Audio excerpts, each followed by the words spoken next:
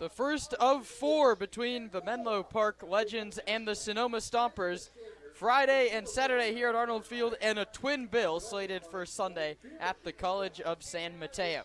Hello everybody, I'm Kieran Costa, joined alongside by Roman Raffelli, and welcome into the Sonoma Index Tribune press box, perched up high behind home plate at Arnold Field, getting you set for some Friday night action between the Legends and the Stompers. And you want to call it a CCL rivalry. Every team in the CCL North, there's just 5 of them. They play tightly contested games, and I expect nothing less tonight.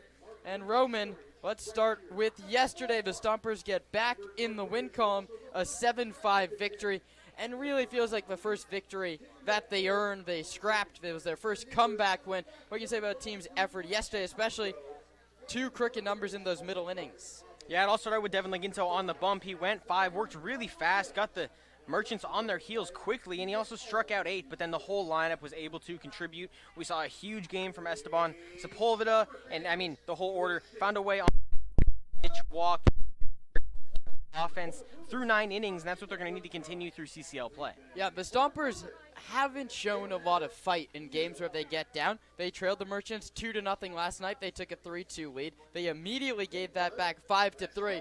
But in the bottom of that 6th inning, Esteban Sepulveda, the big blow, towering 3-run home run shot to left field. What can you say about the scrap that we saw yesterday? I mean, we talked about it as soon as they lost the lead. This team hasn't shown a lot of grit in those tough moments. It feels like as soon as they lose the lead, they lose all sort of energy or confidence to play the game. But they didn't do that last night. They got on it, and that's a mindset thing that you need to carry on. Is, hey, we had a comeback win. We're done. We don't need the first one anymore. We just need to continue to do that. We're never out of a ball game. You hit in the bottom of the 9th for a reason. As the home team, you got just as many outs and chances as they have.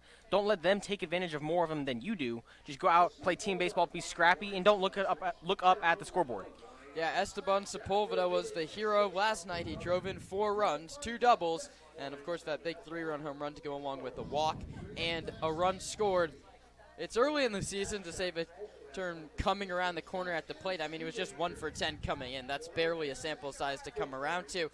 But his bat's back in the lineup, bumped to the 3 spot. What are you hoping to see out of him? Yeah, just the same thing what he was doing. He took good ABs yesterday. He treated 2-0 counts like 3-0 counts. He waited for his pitch, and if it wasn't there, he didn't swing at it. Even if it was a fastball high but in the zone, not a pitch you want to hit. So he waited. He was patient there, and he played a really great backstop last night as well. He was really solid through all 3 pitchers, and now he's in the DH. He doesn't have to worry about the fielding. Continue to be aggressive and just play good team baseball and help lead your team. He's not behind the plate today. Today will be Connor Pulowski in a little bit of a different lineup. Both Sebastiani's in there. Kieran Baker plays center field. Landon Akers an off day. But with all those people out of the lineup, a big one coming in is Max Handren. Let's start on the Sebastiani side. Ben gets his first league start. Yeah, it's an awesome opportunity for him. He's put together some good ABs when he's had them in pinch hit situations or the couple of blowouts against the Seagulls. He's just getting another opportunity here. Him and Kieran Baker both. They've put together good showings when they've had them. They just haven't had all those opportunities. So for them, they need to continue those today. Show, hey, I can be a bat in this lineup more often than you're letting me, and just be productive for the team. Yeah, someone that's been productive, and there's a lot of fun numbers here, like Esteban Sepulveda's OPS jumped 590 points. Yesterday, Trent Keys is hitting .091 with an on-base percentage of .545. He exemplifies the Stomper and exemplifies that's how you help the team, right? It's all about helping the team any way you can. When do we think Trent comes around, gets a couple knocks? Does he even need to? I mean, if you're going to walk 8 times and be hit by 3 pitches through a handful of CCL games, you don't need to, but obviously you want to get the hits. That's what matters. And he's coming along. We saw him have a home run in out-of-league play, and it felt like he was getting it clicking there. But he just needs to continue to take good ABs, find his pitch, and be productive on the offensive side. There was lots of positives that we took away from yesterday, as we've talked about, but not a perfect showing from Sonoma. I mean, Zach Pace's calling card is base running and defense, and they didn't do either of those things particularly well yesterday. 4 errors charged to Sonoma fielding. It's Arnold Field, so I can't say what are you going to do to clean that up. You do your early work, but I mean, you 4 errors, you're not going to win games with 4 errors. Right, and a couple of those were the mental errors, and those are the worst ones because you can't, say, oh, it's a bad hop, I'll get the next one. Mental errors are, poor decision-making, hesitation, and things like that that really do deteriorate not only momentum, but just the confidence and the ability to play the next out. We need a much better night from the Stompers tonight, but there are also base running errors that weren't ideal. We saw several guys get picked off between first and second, and just some indecisiveness that wasn't helpful to the team because those are the big killers. You got runners on first and second, someone gets picked off or makes a base running mistake. It goes from 1 out to 2 outs, and now the defense just 1 away. You got to be sharper. You got to be mentally locked in. That's the biggest issue with the errors. Yeah, those mental errors plagued them on the bases. That's now back-to-back days that we've seen Nick Sebastiani picked off. But if we look at it overall, right, the Stompers stole 2, 4, 5 bases yesterday. So it's a trade-off, right? And the stats are telling you that more times than not, you taking that extra base, you're going to get a wild pitch, you're going to get a pass ball. And taking those bases is how you win games, especially in CCL action. But I asked Zach Pace yesterday, where's that line, right? Roman, where do you think that line is between if you get picked off twice but take the extra base 6 times, is that a worth it trade-off for you? I think it depends on who it is because if you've got guys who can read a dirt ball and a ball down as it's coming out of the pitcher's hand, yeah, you want them to be running every single time. But, if you have guys who can steal some bases and are pretty good but they're not, like, top of the pack, then it doesn't make a lot of sense because you're getting them thrown out versus, the offense behind them, hitting them around. And it's so much situational hitting because if you've got a guy on first base with the top of the order coming up and then he gets picked off, that's not what you want. You have your best hitters, the guys who can get the ball in play, and then you squander that opportunity. Yeah, but a big one yesterday is I'm all for testing the catcher's arm. Like, we haven't seen a lot of true caught stealings on pitches that make it through to the catcher. The problem was both times they broke too early and were picked off. That's Nick Sebastiani and Trent Keys. Those are the ones that can't happen. But I like the aggression on the base pass. I agree with you. I think you take those extra bases. That will help you. Let's talk about the pitching matchup real quick. Haroon Pelja gets the nod for Sonoma. We've only seen him out of the bullpen up until this point. 4 innings pitched, gave up an unearned run against Alameda, but he pitched 4 innings. Why not use him as a starter? Right, he's been a solid guy. Pitches to contact a lot, but has some strikeout stuff. Been really consistent out of the pen. You want to get him in here, have a consistent start. We saw that with Devin Laginto. He was dominant on the bump, and he didn't need to be dominant, but it's great. You always want your guys to go out there and have their very best outing. So Pelja needs to come in, throw strikes, let the defense work, and just give him a good start, especially with 4 games in 3 days. Yeah, now we move along to Roman's radar as Nick Sanzeri and Zach Pace leave their meeting. We're getting close to baseball, but it's a 4-game set, Roman, so don't waste them too quick. And we'll start with the tough one with a look behind enemy lines. Yeah, for me, it's going to be Quincy Villa out of Marymount University. He hit .331 and just filled up the stat sheet. He was on base at a .477 clip. He walked 36 times and scored 44 times. He's a great ball player, hitting in that leadoff spot. Just a guy that needs to jumpstart this Menlo Park offense early and then continue it throughout the game. I've got one in mind for Stomp Watch. We'll look out for a Villa leadoff spot, so an early test for our look behind enemy lines to lead off against Pelja coming up in just a few minutes as we wrap up shop here on the Sonoma Stompers pregame show.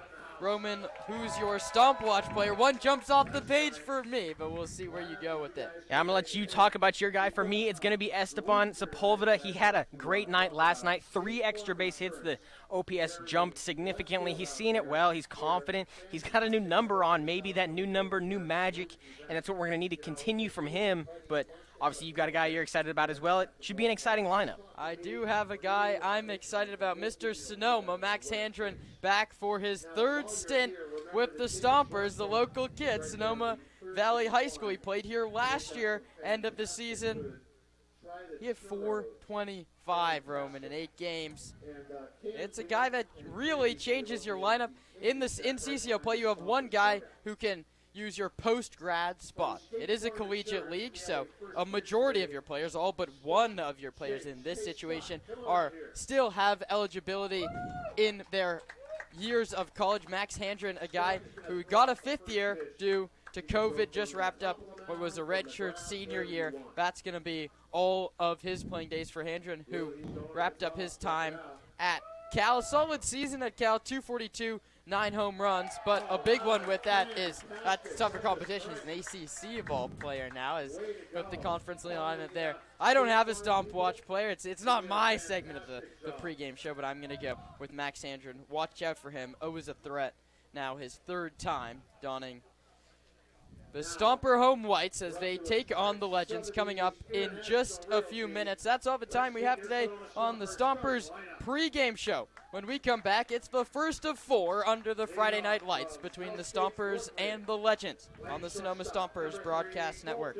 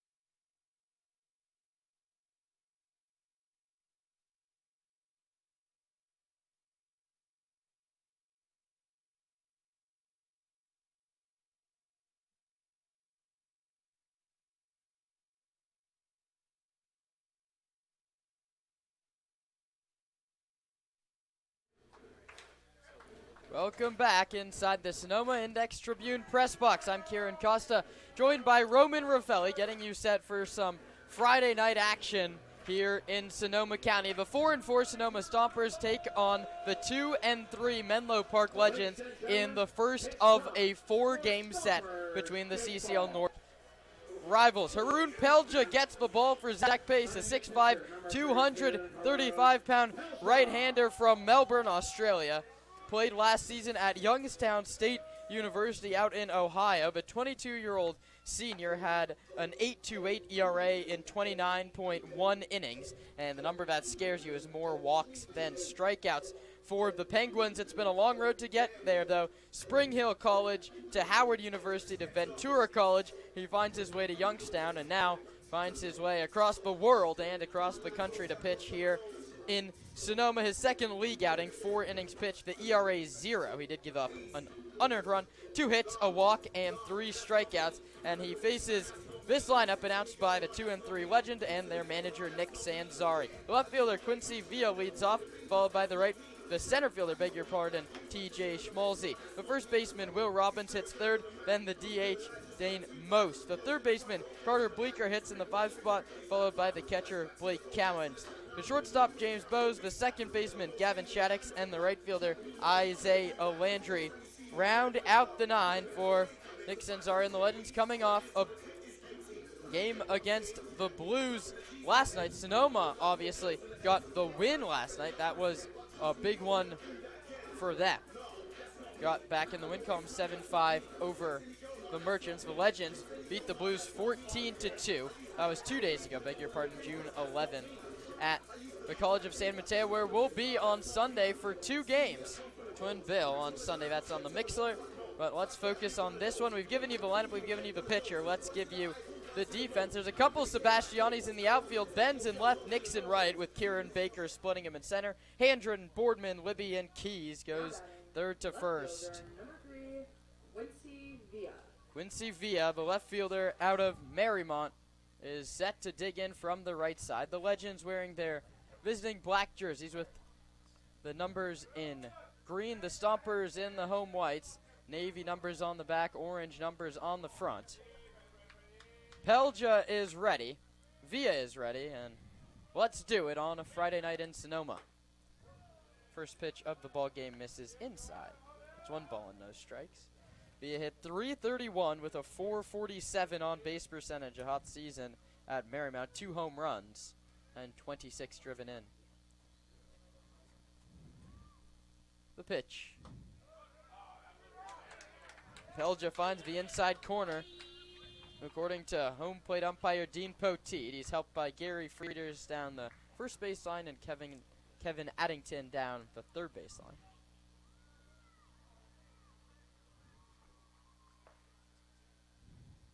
The 1-1. Low and inside. Pelja, everything's over the inner third and missing off the inner third to start, but not letting Villa get his arms extended in the early going. First pitch was 6:09 Pacific Standard Time here in Sonoma. Pelja, tall righty, winds and fires. That one's in there. That's the first breaker we've seen, and it's in there. Drop right down the middle. And you see some guys have their first breaker be their best and some their worst, but if Pelja's is his best, he needs to continue to throw that all night. Tough to look better than that one, and he tries it again, and it's popped up to very shallow left field. That's Ben Sebastiani, who's called off by the shortstop Colton Boardman, who was in medium deep left field when he made that catch. I'd argue he's closer to where a left fielder would play than the infield dirt, but a great catch, great communication there. That's where you get a lot of guys hung up in that no man's land triangle, but you don't want to try to do too much, and just good solid communication. Now that's when maybe you want Ben to call him off, but Boardman's out there every day. He knows how to play Arnold Field. The pitch is a called strike over the outside corner. And TJ Schmalzi out of Fairfield looks down to his third base coach, our old friend Lucas Townsend, was the catching coach and Zach Pace's assistant last year. Good to see him back at Arnold Field, a familiar CCL face. And Pelja gets Schmalzi to wave at a pitch low and away. The count's 2-1. He'll be followed by Will Robbins, Princeton Tiger out on deck. Righty, righty, righty to open up against Pelja.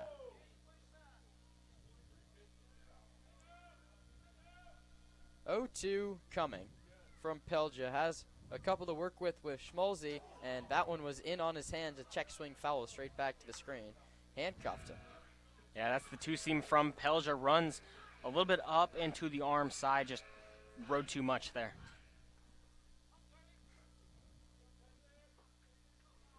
You're lucky if you're Schmalzi that you fouled that one back. Could have been a sword and the first strikeout for Pelja. He'll try another 0-2, and that one's hit hard but foul down left field line. Kicks towards Jacob's Restaurant, sailed over the Flybird Margarita Lounge.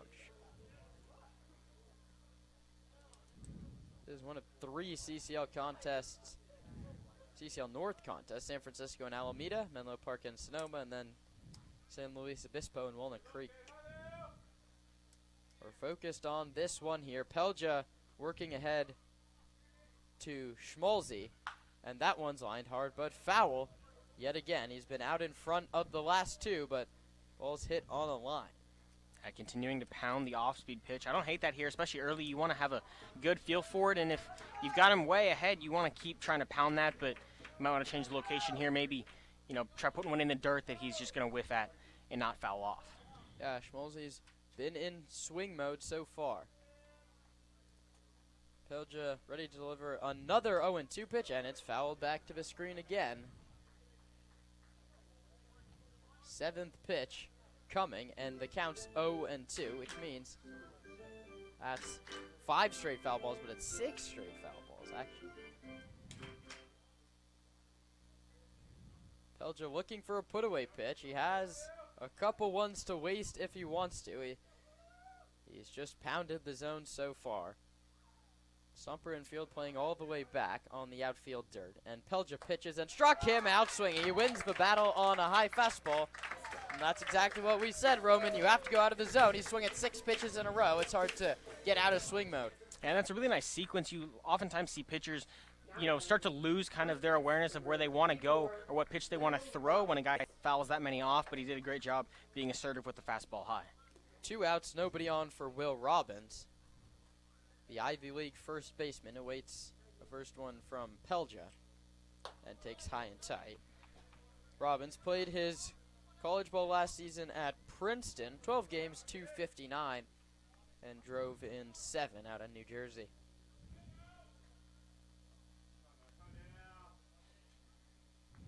One 0 coming. Swing and a miss. Slider, and it bounced well out in front of home plate, but got Robbins to swing, and the count's 1-1.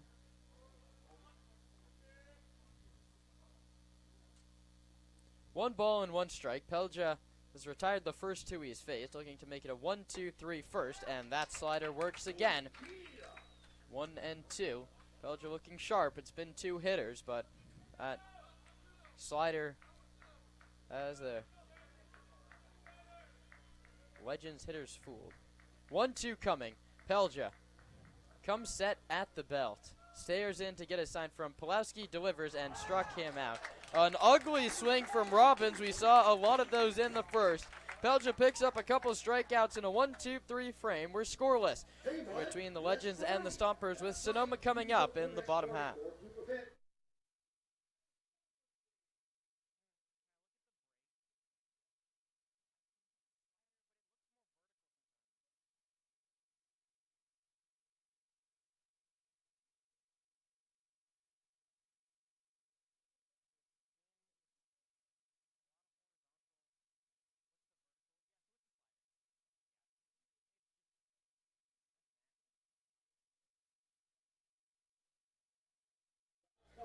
Arun Pelja worked a 1-2-3 top of the first, and he'll be countered by Joseph Lee, the 6'6", 200-pound junior from San Jose. He played at Samford University in 2024. 8 appearances. He went 1-2. He pitched 8 2/3 innings, 8 walks, 11 strikeouts, and a save. This is his first appearance for Menlo Park. Played 2023 and 2024 at Ranger College at JUCO.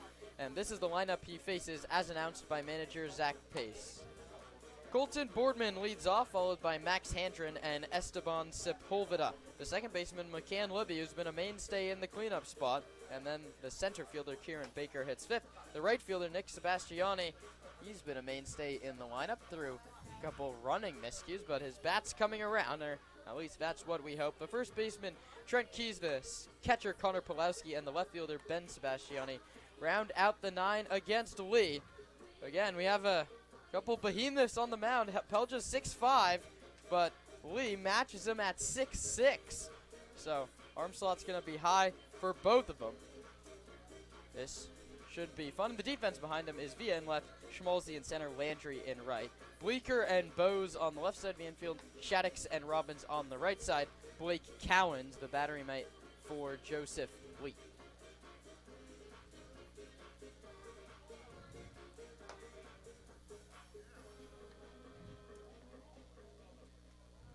And it's going to be a fun first matchup. Colton Boardman, a left-handed hitter, digs in at 5'9", and Joseph Lee climbs the hill at 6'6". What's the math on that one? 9 inches, right? 9 inches is correct. Yeah. See, my math only gets bad in the later innings. I'm sharp as a tack in the first. Just as Haroon Pelja was. We'll see what Lee can do. His first pitch to Boardman is high for ball one, 87 out of the hand of Lee. Boardman has been on another planet to start the season. 8 games, 400 average, 500 on base. He lines that one to shortstop, and a very nice play by James Bose, who didn't keep that one in his glove a while, but he made the catch. That's a hard-hit baseball, but it finds a glove. It also was not a hard-hit baseball. It looked for a second like it could have gone through, but defense playing as deep as it does, it found a glove, and the glove was belonging to James Bose. That one misses high. Welcome back, Max Handren. He played here in 2022. Then he spent a summer in the Northwoods League. He spent time in the Prospect League. The ACC third baseman takes high. If we want to do a story about conference realignment, he's a guy who's been at Cal for 5 years through quite a lot and was really an everyday guy the year before conference realignment and after. And Joseph Lee really wants no part of him. 3 non-competitive pitches to the left-handed hitter out of Glen Ellen. Handren takes a called strike over the outside corner, maybe a 3-0 strike from Dean Poteet, but no matter. Handren went 8 for 19 in limited sample size last year. 3-1, hitters count. He lines that one into left center field, sinking fast, and it kicks by Villa all the way to the wall. Handren rounds first, he heads for second, and he stops there. And maybe Kieran's the new Stomp Watch guy on the pregame show. It's a double for Max Handren, and he picks up right where he left off in the last week of 2024. Yeah, great piece of hitting there. Took it the other way. 3-1, that's exactly what you want to do. You don't want to do too much because you're still sitting, okay, if it's not in there, I'm watching it, taking my free bag, but instead lines the ball into shallow left field and ends up with extra bases. It was fun to have Max back on the squad, local guy, and the fans know him. He's been here a while, but we got a post-grad guy. There's other options for him, other leagues checking him out during his time in Sonoma, as Esteban Sepulveda takes a called strike 1. He grounded out in his first at-bat yesterday and then hit a double, hit another double, hit a home run, and walked. So it's 4 consecutive at-bats to end yesterday's game that really couldn't have gone better. He's behind Lee 0-1, and that one's low and inside. He was great behind the dish as well. He gets the day off there. He's tasked with the designated hitter role today by Zach Pace. Righty on righty. Handren dances off second, and Sepulveda takes curveball that stays high. It wasn't a hanger. It had the break, but it just started high and stayed high.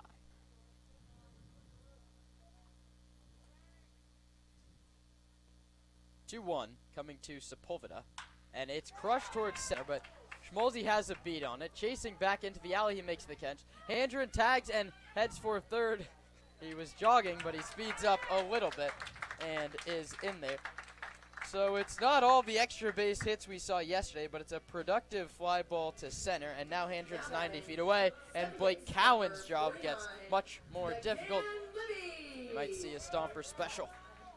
Yeah, and Libby pretty toolsy guy in this 4 spot. He hasn't been spectacular in the last couple games, but he's been good, putting together good quality at bats. And now with the run 90 feet away, you'd love to scratch one across in the first. Libby, the team's RBI leader. That's the guy you want up in this spot. He takes high 1-0. He's driven in 9 with a 276 average and a 324 on base. Also has a home run in league play. That was over a week ago against Slow. 1-0. Called strike at 88, 1-1. Handren doubled. He's now at third with 2 outs.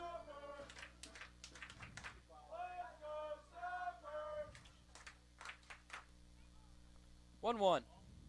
That's bounced right back to Lee, who spears it, takes it halfway to the bag, and throws out Livy. The Stompers get a runner, but do not score. No runs, 1 hit, and 1 left. We head to the second, scoreless on the Sonoma Stompers Broadcast Network.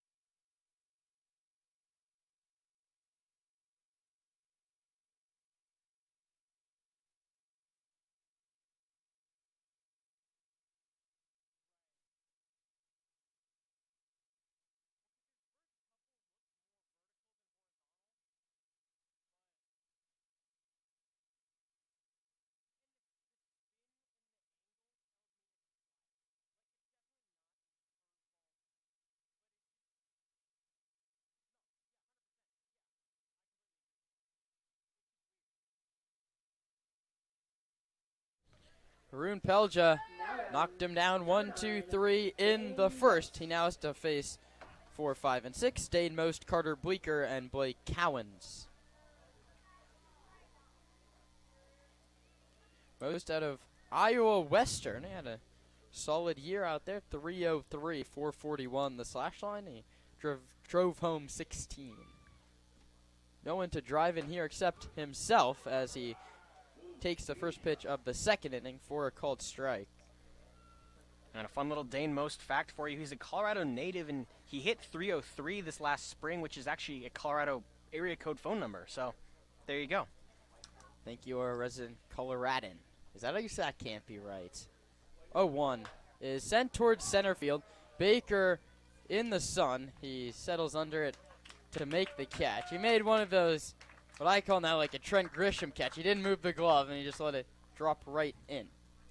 This is the first start in center. Akers has been the guy out there every day. Is it Coloradan? It's Californian, right? I think Coloradan is right. Sounds right. Check it out, stats team. That's why you're here. Coloradan? From Colorado? I can just say that. Swing and a miss from Bleeker out of College of San Mateo. He hit 313 there. That is sadly not the area code in San Mateo.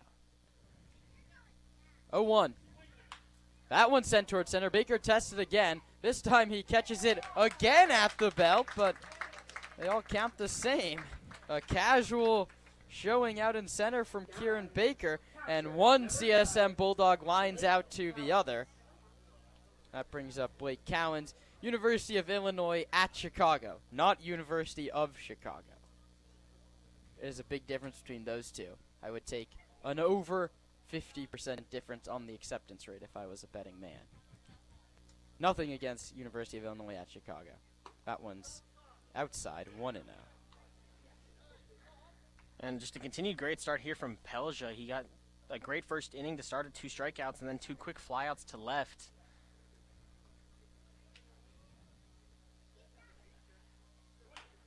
This one's grounded weakly back to the pitcher, but it hit off his foot. I think that one's going to cash. I have UIC at 78, and I can all but guarantee without looking it up that UChicago is under 15%. For all you viewers who are applying to college right now, or know somebody applying to college right now, or care about the college application process. That one's low, 2-1 to Cowens, who plays at University of Illinois at Chicago. He had 267 and got on base 1 out of every 3 at-bats.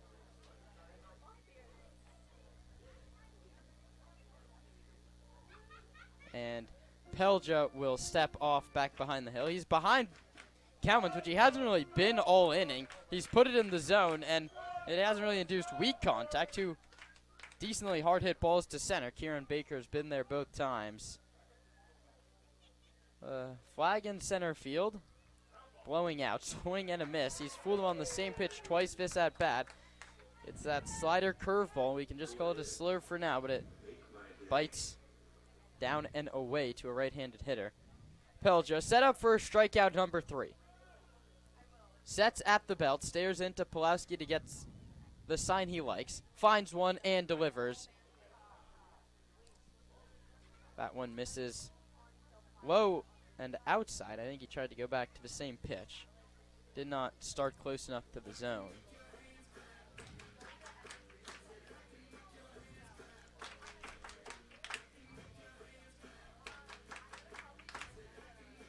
Three balls and 2 strikes. Menlo Park now just 1 ball away from their first base runner of the contest. Pelja looking to set down his 6th consecutive hitter. Set at the belt. No wind. He comes home and struck him out looking, says Dean Poteet after thinking about it for a little while. 3 strikeouts over 2 perfect innings for Haroon Pelja. The Stompers go back to work with Baker, Sebastiani, and Keys against Joseph Lee when we come back for the last of a second on the Sonoma Stompers Broadcast Network.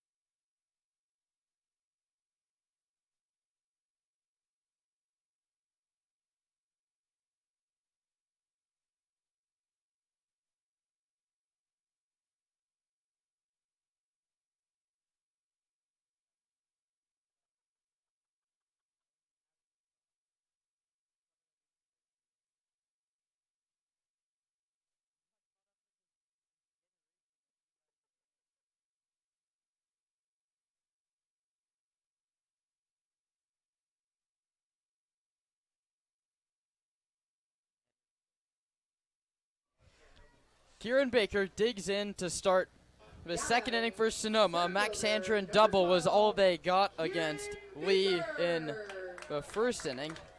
And that brings up Kieran Baker out of the College of San Mateo.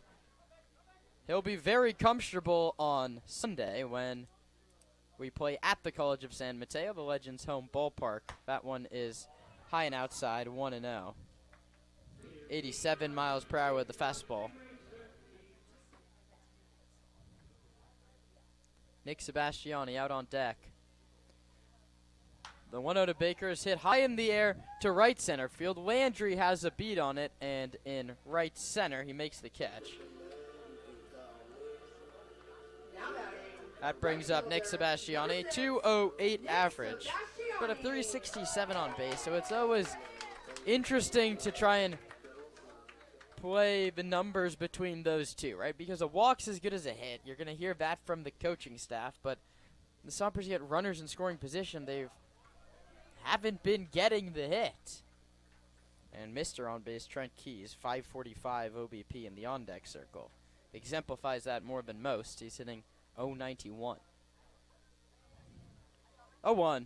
Sebastiani fouls it back to the screen. He'll have to battle. He is behind 0-2. And it's something you see similar to kind of the money ball approach is, hey, the guy's numbers might not be incredible. He's hitting .091, but he gets on base at over half the time. You'll have that in the lineup every single day. Peter Brand would be happy with Trent Keys' numbers. The 0-2, it hits Nick Sebastiani, and that one hurts a little bit less because you knew you were behind 0-2 in the count and you were given a gift. To hit him on the front shoulder, he's okay. Scarily close to clipping him in the face, but he brought that front shoulder up and wore it, and that brings up Trent Keys. And the numbers tell you that there's over a 50% chance that he walks or gets hit by a pitch this at bat. He has a .545 on base percentage, which includes 8 walks, 3 hit by pitches, and just 1 base hit. We'll see what happens here. Right on left, Keys is hit by the pitch, and the numbers don't lie. It's a Moneyball-coated bottom half of the second. And you can't make it up at this point anymore. I mean, he came into today with 3 hit by pitches. There's one right there. That's you can't make it up. Yeah, he's been on base 13 times with 1 hit. That's a situation where you love it. Some of those walks, actually, to his credit, are with the bases loaded.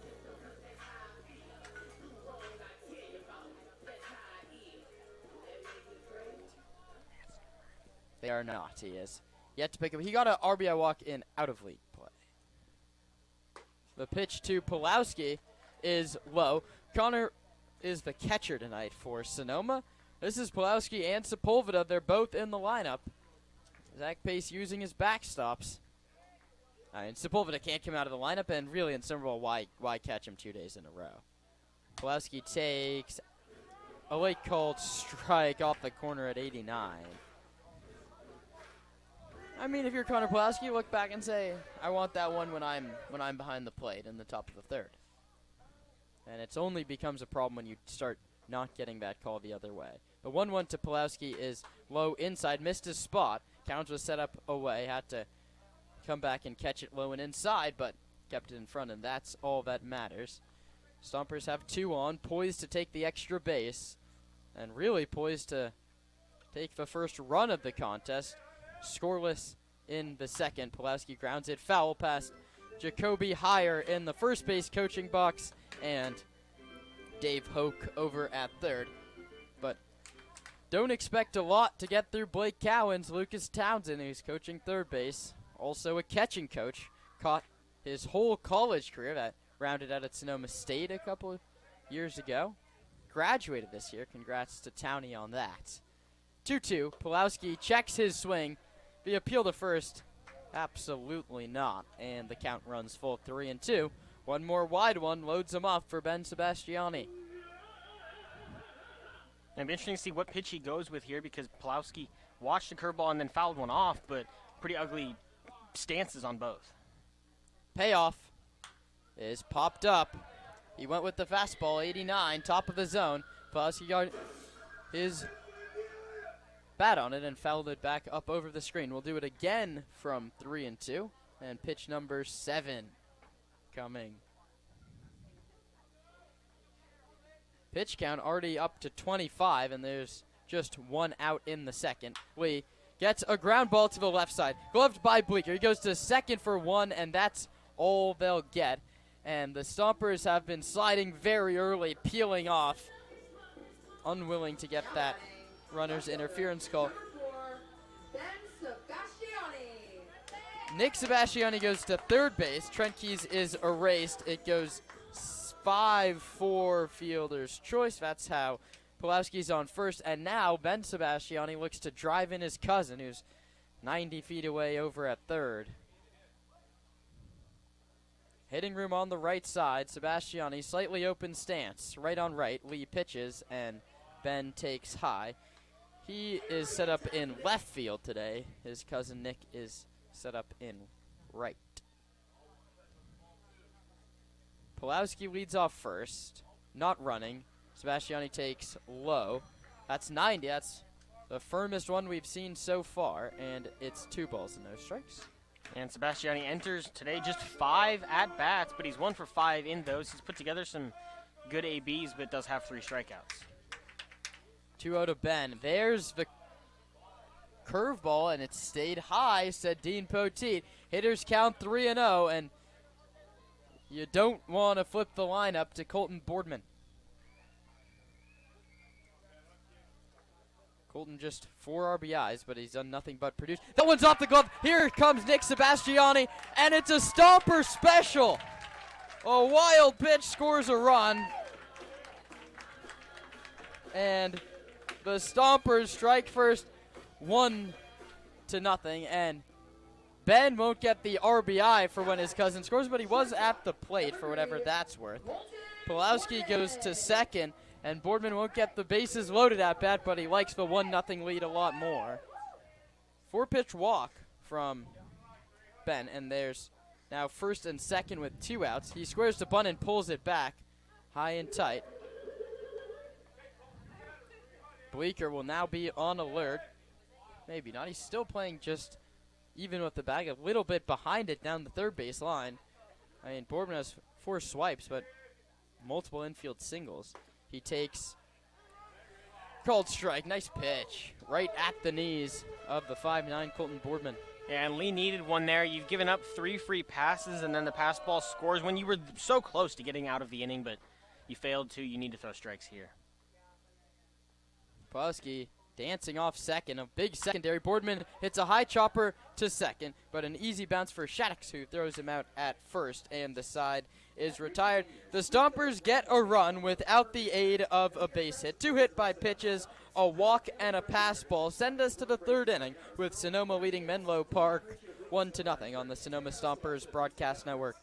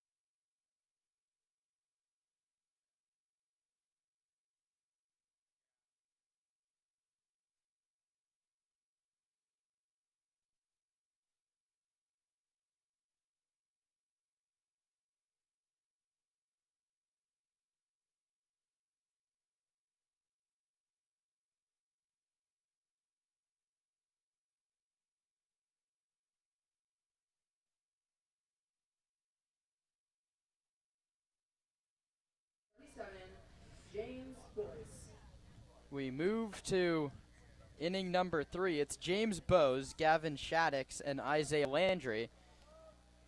7, 8, 9. You know what that means. Pelja's been perfect through 2.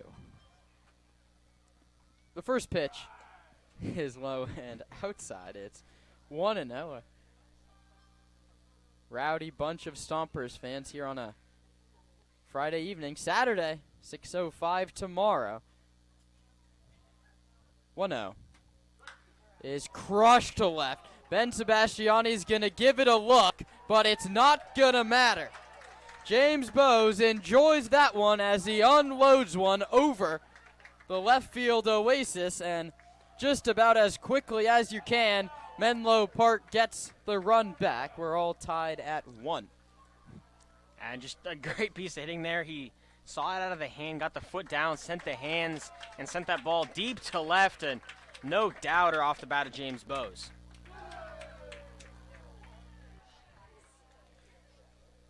.349 feet to left. Very similar to Esteban Sepulveda's blast. And a bat flip to boot for Bowes, who, I mean, you have to be happy for the guy. He hit just a $129 at Loyola Marymount last year.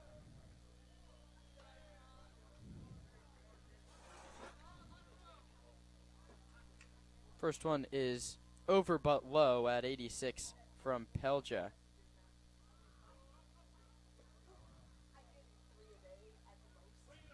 That one misses.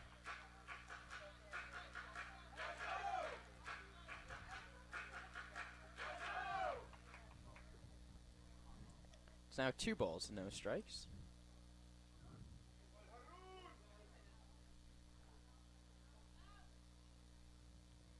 The 2-0 is in there for a called strike to Gavin Shaddix, who played his college ball at Stephen F. Austin. In 40 games, he had .356, so not your average 8-hitter.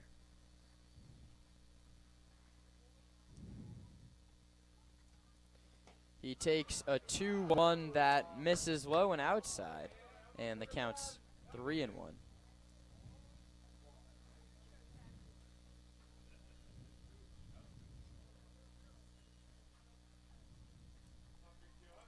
Well, he's heading to Stephen F. Austin in the fall. He wrapped up his time at Ohlone. That one's outside ball 4. He draws a walk heading down to Nacogdoches. I say that right? You did say that I right. did. Yeah. You're going to go visit him from Abilene, or? Not after that at bat. They used to be in conference with us, but then named a new university president, and his first piece of action was to take them out of our conference. They're scared of you. Just can't hang. No, yeah, exactly. They just can't hang.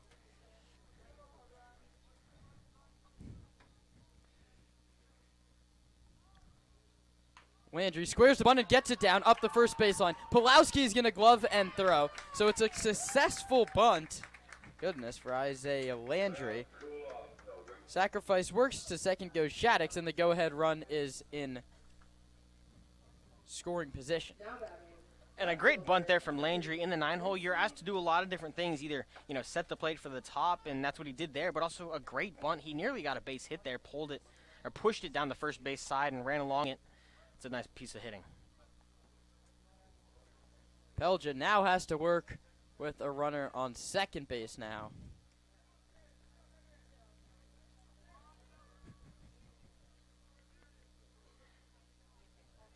The pitch is low, 1-0, and a difference we see this inning is Pelja's starting behind hitters. He was doing a very good job of jumping out in front of guys. Stompers and the Legends, first of 4. 1-1 ball game here in the third. Runner goes. Pulowski's throw on a hop. The tag from Handren is not in time. And he was in there under the tag. It was a nice swipe tag from Handren on a one hop from Pulowski. And a good job from Vi to hold his ground in the box. He doesn't have to give it up if he doesn't have to, and plus get to work around him. And here in comes the infield. Zach Pace aggressive on the diamond here in just inning number 3. Interesting. From Zach, maybe it's a trust your infield defense. Maybe it's you don't trust your offense. And if he's getting swings and misses like that, it doesn't matter where they're playing. I could go out there. No balls getting put in play against that pitch. Well, I think this could be a moment here where you see the very toolsy leadoff batter able to potentially put down a bunt for a hit here, a bit of a suicide squeeze on the left side, and you want to avoid that. Handren and Boardman playing straight away on that left side. 1 foot on the infield grass, but Haroon Pelja sends his infielders back to normal depth with a punch out. And it's that same pitch. We'll ask Haroon first question of a post-game interview, what's that secondary pitch? I'm going to call it a slurve for the time being. And it's That's one of those, the 4th strikeout for him. and it's one of those pitches that with the off speed you can kind of grip it the same way and put pressure on different spots or throw it at a different angle, and it does different things. A nice way to kind of vary while not having too extensive and too complicated of an arsenal. That one's a high chopper foul down the third baseline. Lucas Townsend goes and picks up and throws it back to the dugout that he used to call home down the first baseline. A nice toss from me. He's having fun with the Stompers coaching staff. They enjoyed having Towney with the ball club last year. The green just doesn't suit him standing down there in the third base coaching box. The 0-1 is low, and that one gets away from Pulowski, and the Legends get the wild pitch run back, but they have a home run to boot. It's 2-1 Menlo Park.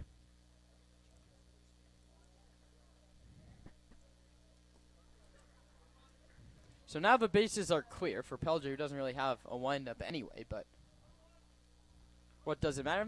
You see that true with a lot of relief pitchers. I mean, because you come into games with runners on base already, but Zach Pace puts him in the starting role. Everything changes in the summer. The 1-1 pitch is a called strike.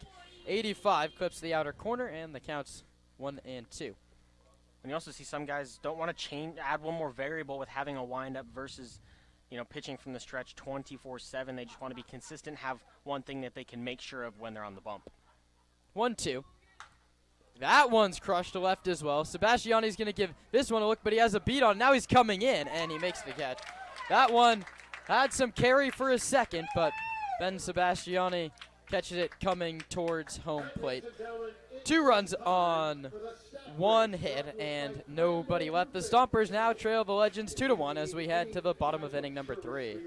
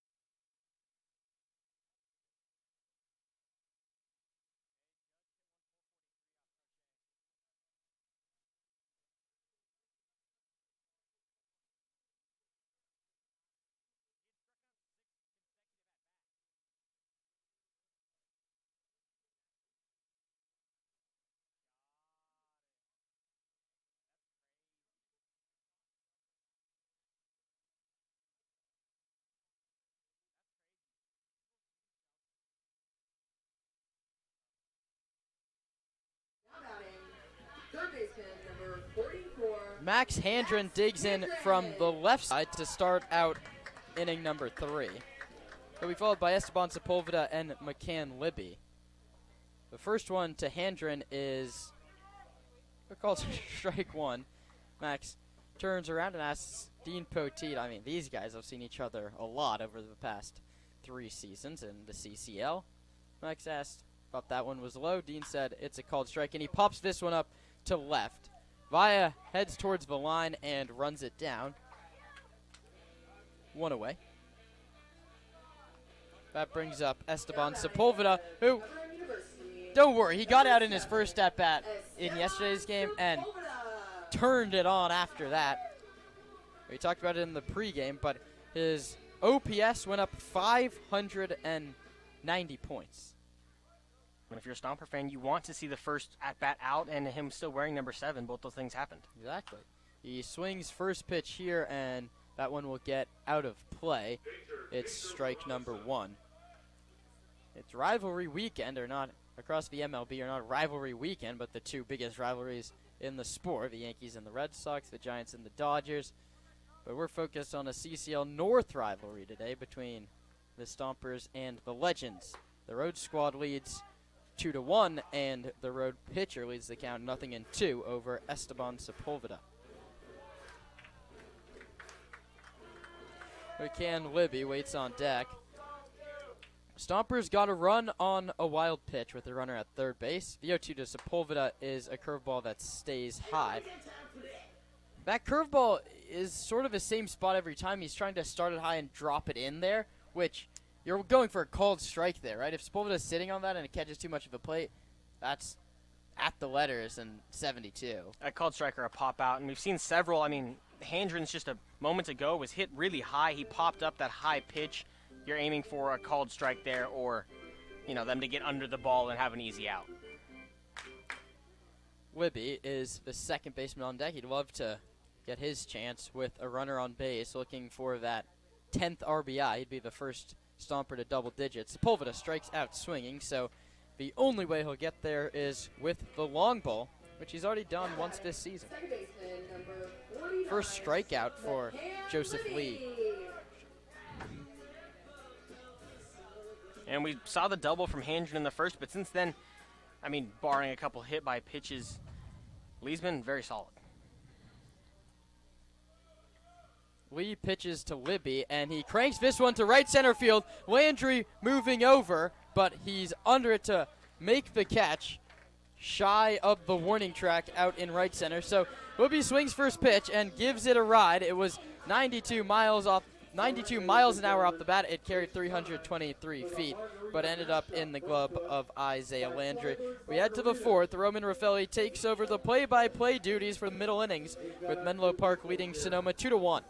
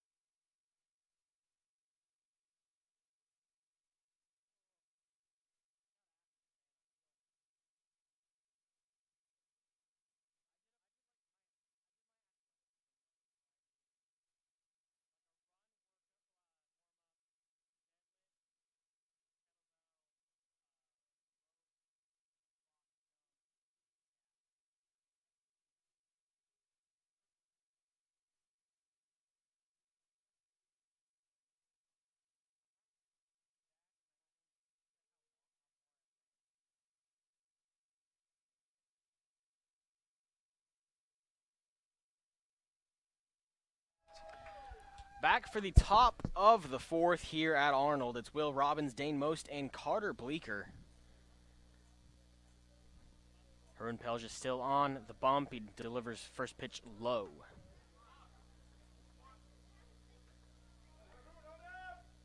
Pelge 2 runs on Just one hit through the first 3. He'll get the ball back. Pitch count just over 40. Out one missed the zone. Just high now, 2-0. Hey kids, if you want to do the Bean Boozle Challenge, keep your behind home plate right now. Pelja in a 2-0 hole. Comes set and delivers in for a strike. Back with that slider, curveball, nice off-speed pitch to get back in the count, now 2-1. That one popped up by Robin. It's Pulowski calling off the infield and drops it in foul territory. So a unfortunate strike for the Stompers. It's a tough one. Where are you? You usually want Trent Keys in his big first baseman's glove to make that play. They were both there, but it's no worries if Pelja can get him.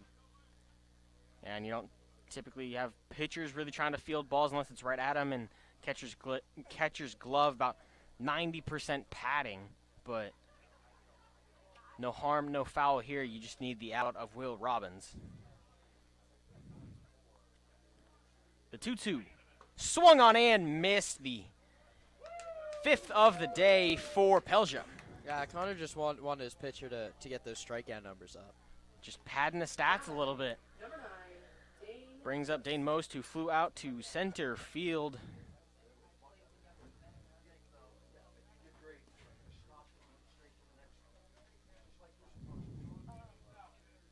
First pitch he sees from Pelja the second time around misses low. And he mentioned it last inning here, and he started the game pitching ahead in counts, but then got us in trouble in the third, not pitching ahead, and finds himself in consecutive 1-0 counts. 1-0. Catches the outside corner, now 1-1.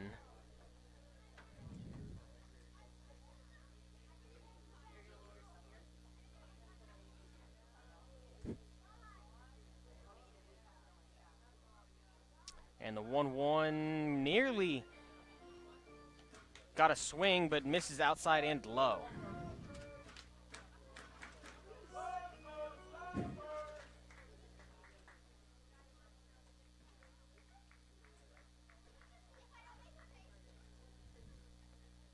Now 2-1 to Most. Overgripped there, now 3-1.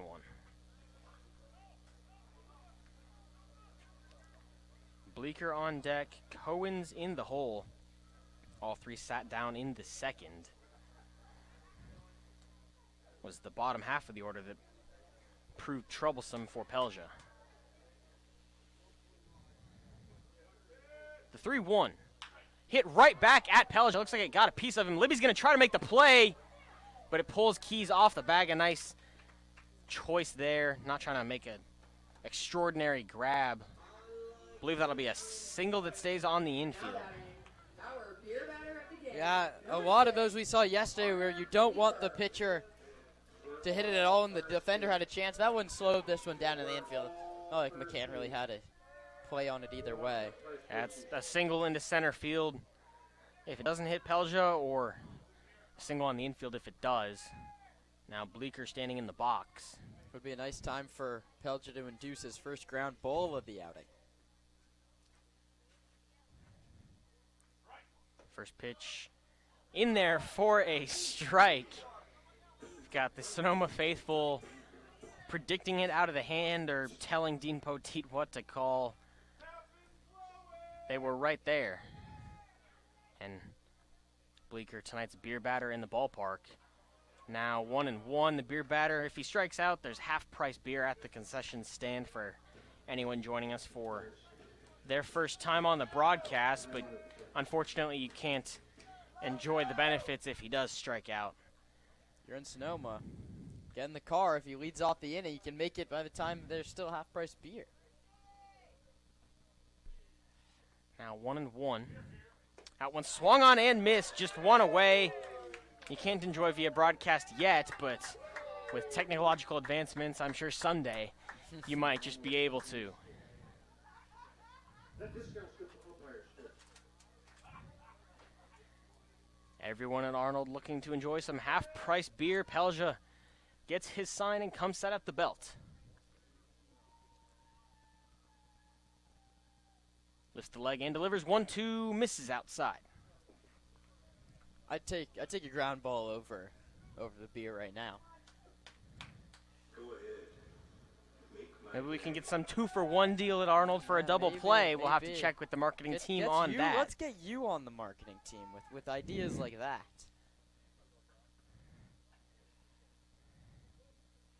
The 2-2. Swung on and missed. It's in the dirt, not grabbed, but there's a runner at first base, so it's a swinging strikeout for Bleecker, and he's earned the Arnold faithful half-price beer. It's the 6th for Pelja. Now batting, catcher number 5, Blake Collins. And Cohen's steps up. He struck out looking in the second. That ended that inning.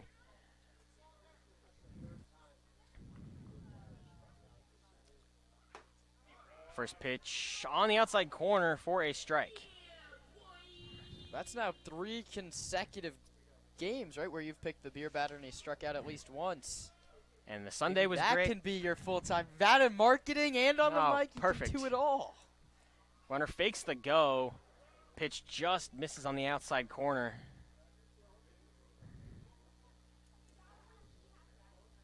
I don't know what my title would be if I was just the designated beer batter. The beer batter boy. There we go. 1-2. Picks back to first, not in time, and even first base umpire Gary Frieders had to take a bit of a duck. He thought that was headed right for him. Trent Key, sure hands over there, first base.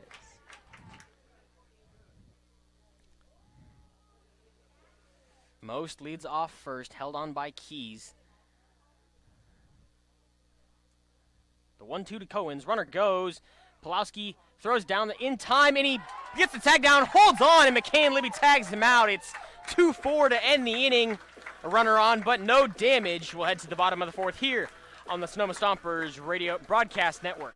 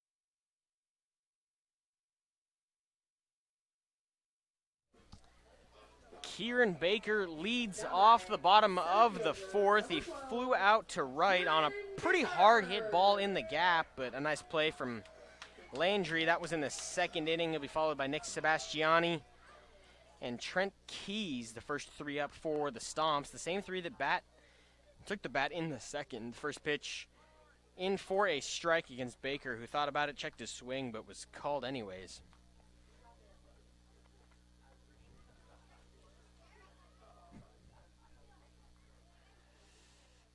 And working from the windup, the pitch popped up down the right field line, may stay in play. It's well in play, and Robbins makes the grab. Baker is retired. All of a sudden, 5 straight retired from Lee. Settled in a little bit. Here's honestly better second time through than he was the first time through. He's retired all 5 that he's faced the second time through. That started with Boardman in the second with 2 on. This one hit right back up the middle and is likely an infield single to play. Not in time, so announcer's drinks in one sense from our Kieran Costa. Now Nick Sebastiani on first.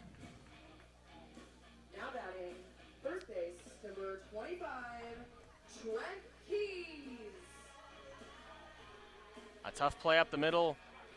Puts a runner on first for Trent Keys, who would love a single here, but more his pace, a hit by pitch or a walk. First pitch swung on and missed.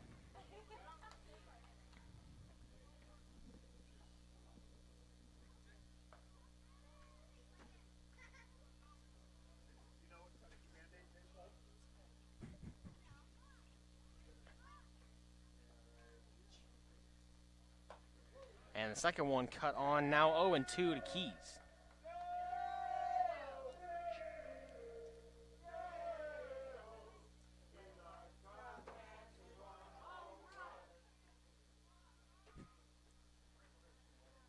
Keys from the left, Lee from the right.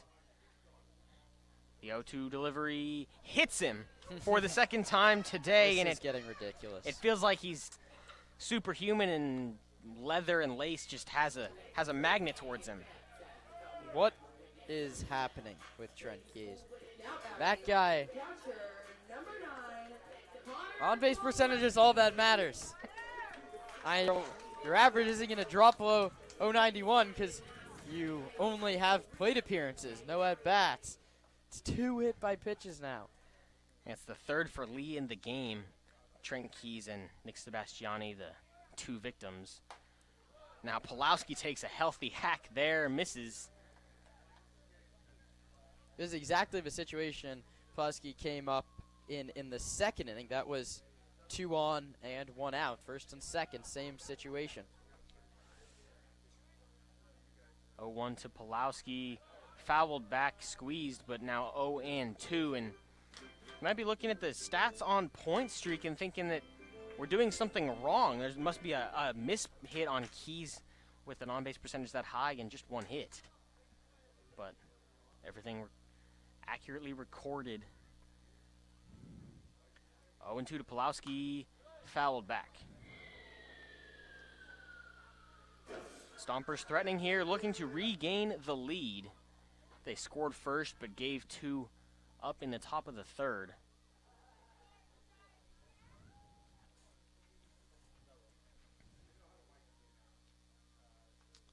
0-2. Popped up foul again. Robbins giving chase towards the Stomper dugout, but it's lands in the bullpen and bounces back into play, but a new life for Connor Pulowski. Yeah, behind 0-2, you've battled a little bit. You faced 4 pitches, but it is similar to the at-bat in the first inning that Pelja had, where now Pulowski is going in swing mode. He has to be able to lay off if it's not there.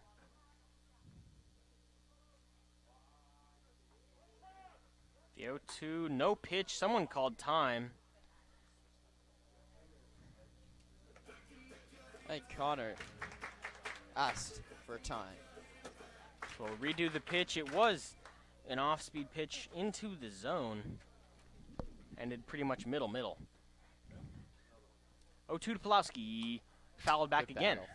Good battle here from Pulowski.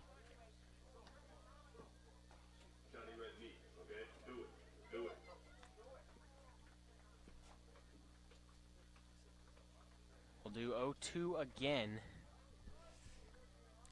Lee not getting this one without a fight.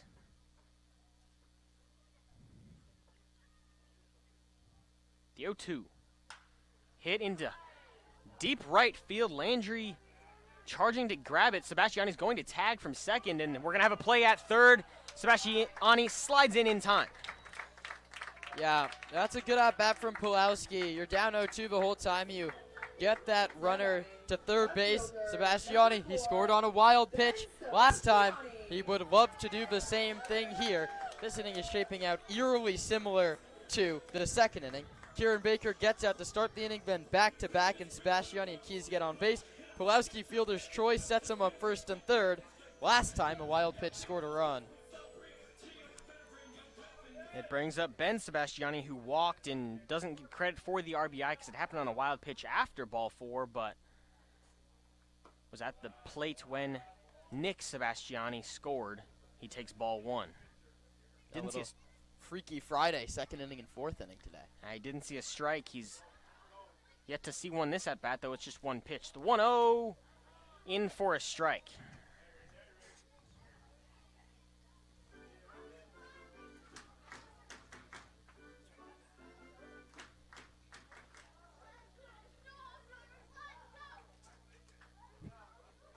The 1-1 misses outside. Flip the lineup. Do your job as the 9-hitter. Get Colton Boardman to the plate. And we talk about it. That guy rarely gets out in 3 consecutive at-bats. Rarely gets out in 2 consecutive at-bats. Honestly, just rarely gets out with an on-base percentage over 500 entering play. The 2-1 catches the outside corner. Now 2-2. Sebastiani gonna have to swing it.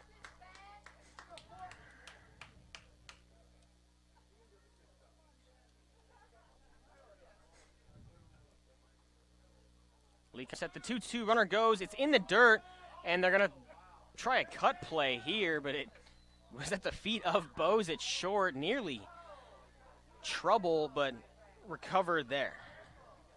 Third stolen base for Keys, who would have been running anyway on this pitch, but Sebastiani line drive to the outfield could give the Stompers a lead, and a walk flips it to hot stick of Colton Boardman. The 3-2 from the wind misses inside, and it'll do just that. Brings Colton Boardman to the plate with the bases loaded. Now batting, shortstop. It's the second walk of the night for Lee, both to Sebastiani, but he's given up 4 free passes.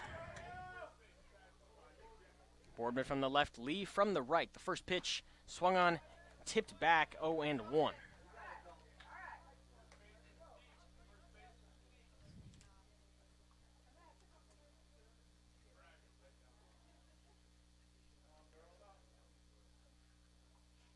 Lee gets his sign, winds, deals, hit down the third base line, but draws foul. Boardman came up to the plate with the bases loaded last night against the Merchants. He flew out to right field in that one, but the last time the Merchants were able to retire him, back-to-back singles after that. Stomps would love that single here. The 0-2 to Boardman. Hit high but shallow in left. Villa with a beat and makes the grab. They'll strand 3. A lot of talk, but no bite. We'll head to the 5th inning here on the Sonoma Stompers Broadcast Network.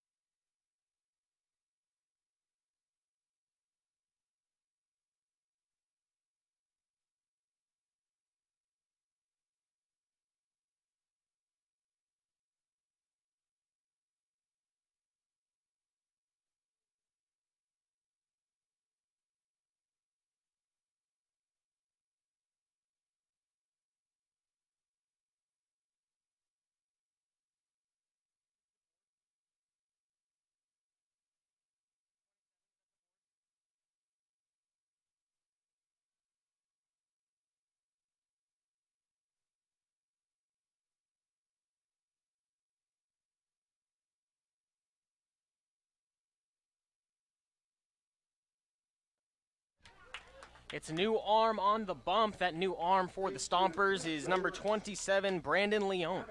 Now Leon, a righty from Turlock, California, spent last year at Modesto Junior College. The younger guy's just 19 years old. He pitched 1 inning and gave up 3 earned runs against the Merchants here last week. That was that first inning where 9 came to the plate and he walked 4 and hit a batter. Only gave up 1 hit.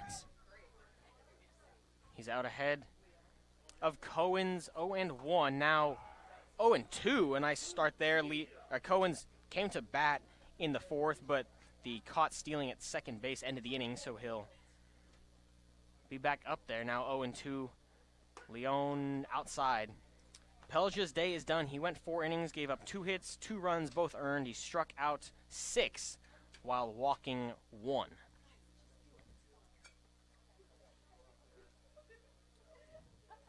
The 1-2 hit off the end of the barrel towards Trent Keys. He's going to take it himself. It's 3 unassisted for the first out of the inning. Now batting, shortstop number 7. That brings up James Bowes, who homered in his 3rd inning at bat.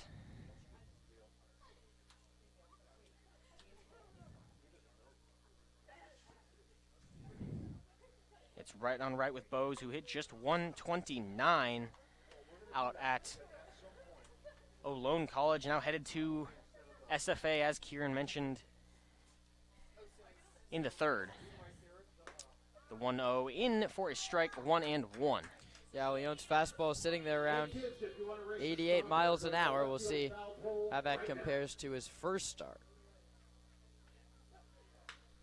This one hit deep into left, but grabbed by Ben Sebastiani. A fairly easy fly ball there, and quickly 2 gone for Leon. Now batting, second base, number 1, Gavin. Brings up Gavin Shaddix, who represented the go-ahead run, and he scored that after a walk and then a wild pitch in the 3rd. This one popped up down the right field line. Keys does not have a play to land in the Stomper bullpen.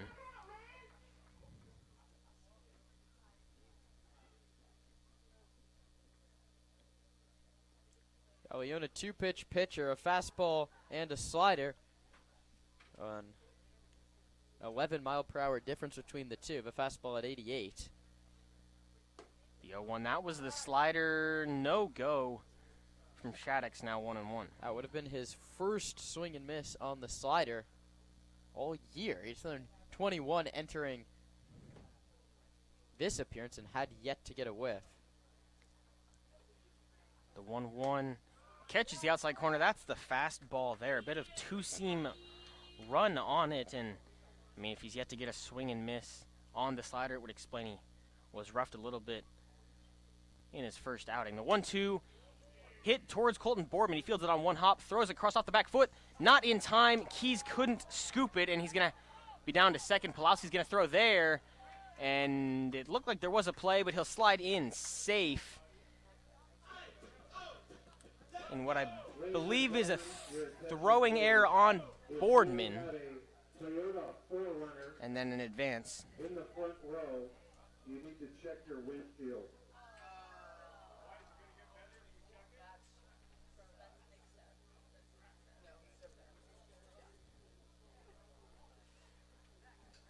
That'll bring up Isaiah Landry, the 9-hole. He put down a sack bunt, was scored 2-3. A very nice bunt down the first base line in his first at-bat. First pitch, a strike to him.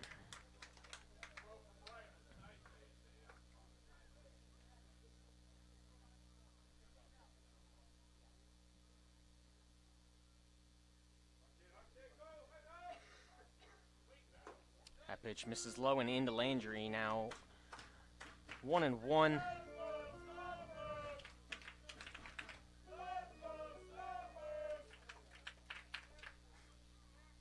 Brandon Leon looking to leave one at second.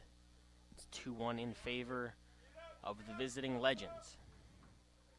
Leon comes set Delivers, misses, catches the zone. A late call from Dean Poteet. Low outside corner, 1-2.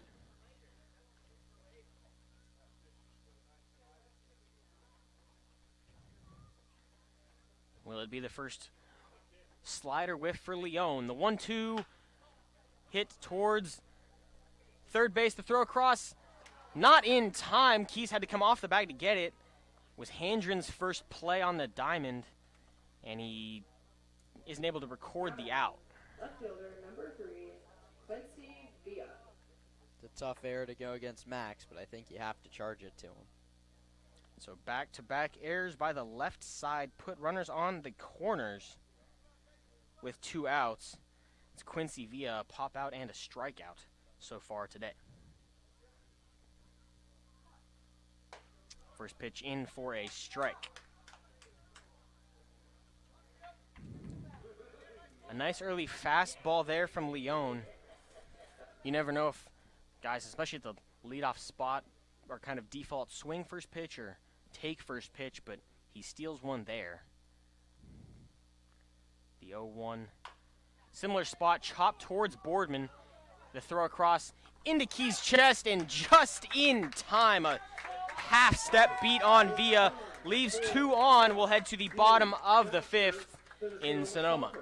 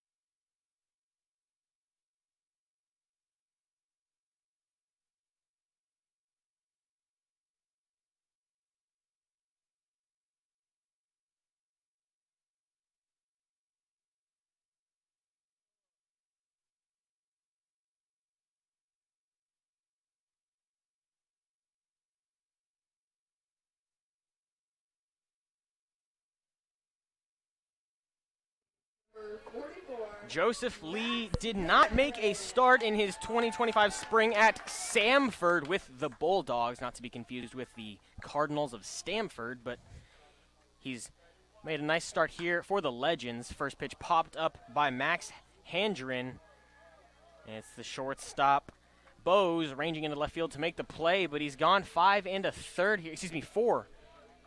No, 4 1/3 Number 7. tonight.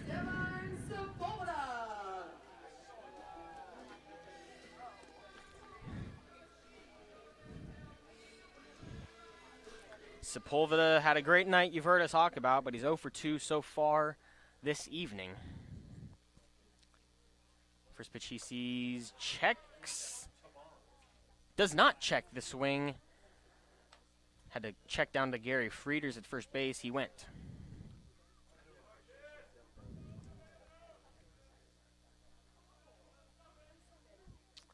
The 0-1 hit hard, just foul down the third base line. Sepulveda got a barrel to it, but was just out in front.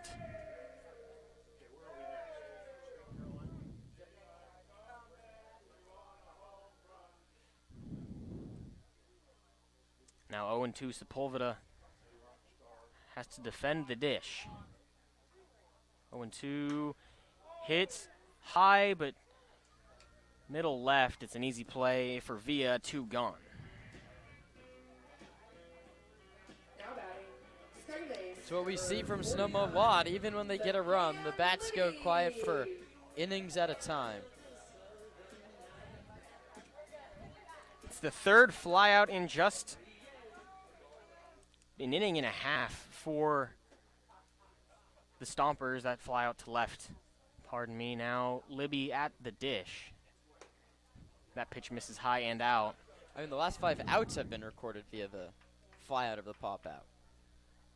Wait, getting the bat on the ball. There hasn't been a lot of swing and miss stuff from Lee, but he's been uber effective. The 1-0 in there to Libby.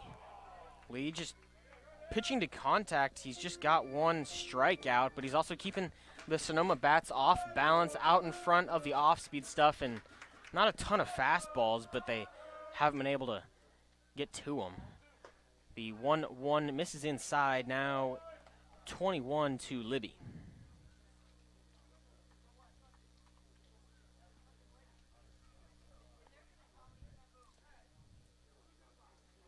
Now 2-1. Same spot, misses inside, 3-1. Front hip slider, but Libby just sat there and saw it stay well inside.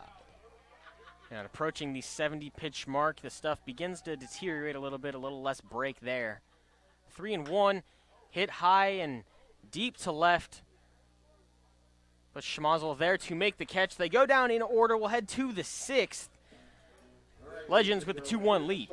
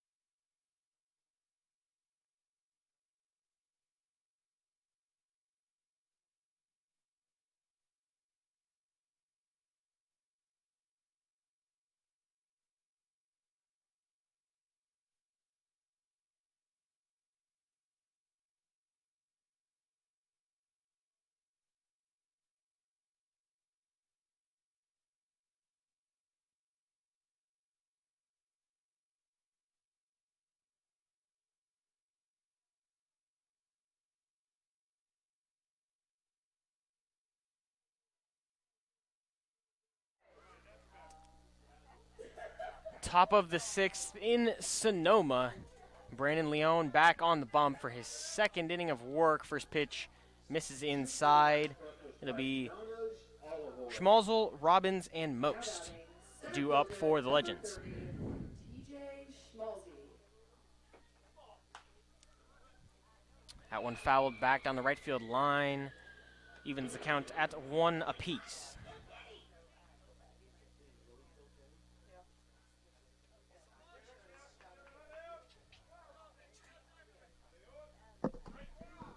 Pitch.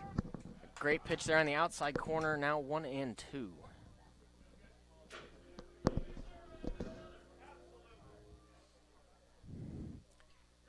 That one hit hard to left field and over the wall. Sebastiani didn't really have a chance to get to it on a line. That one went 329 with an exit velo of 97. It extends the Legend lead 3-1. Yeah, that one from Leon just, I think, caught a little too much of the plate. Now batting, first base number 24, Will Robbins. Well, not really. It was below the zone. That's sort of a similar, it wasn't golfed because he hit it on the line, but he did go down and get it. Similar pitch to what we saw last night off of Devin Laginto. It's now 1-0 to Will Robbins, who gets to play leadoff after the solo shot to start the inning. 1-0 in for a strike. Caught the inside lower corner, now 1-1. The Stompers were down 2 going to the bottom of the 6th. Yesterday's game, they answered with a 4-run inning. Leon trying to keep it at just 2, though. That one on the outside corner, now 1-2.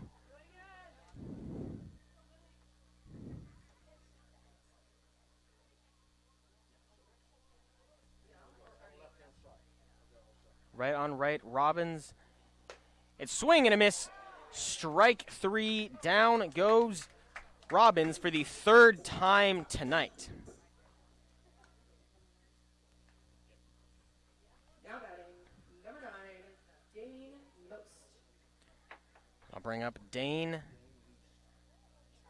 Most for the Legends. He flew out to center and singled, but was caught stealing to end the 4th. That one in high for ball 1.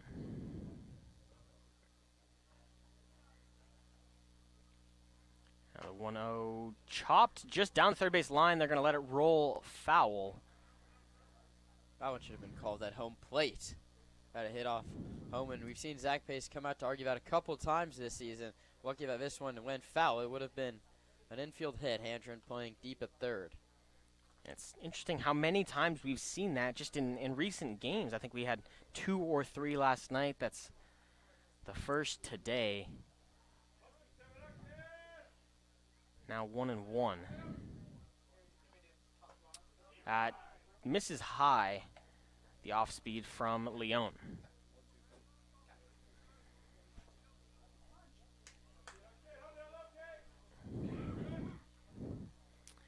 The 2-1 inside, now 3-1.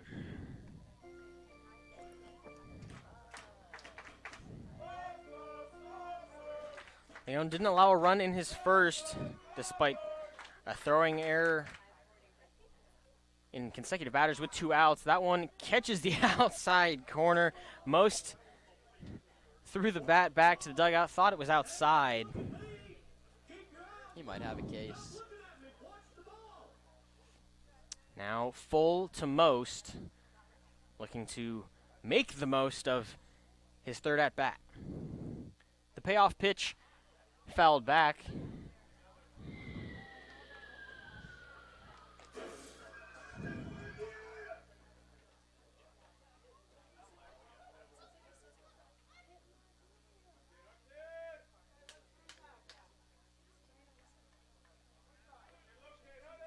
Couple of shakes from Leon. And the 3-2 hit over the head of McCann. Libby giving chase, but cannot squeeze it. It'll be a single with 1 out in the 6th. Now, if he got a little bit turned around, if he'd looked over the other shoulder, he might have had a play on a basket catch, but that's a perfectly placed little flare. Number 6, our beer batter. That brings up Carter Blinker, who's 0 for 2 on the day with a flyout and a strikeout.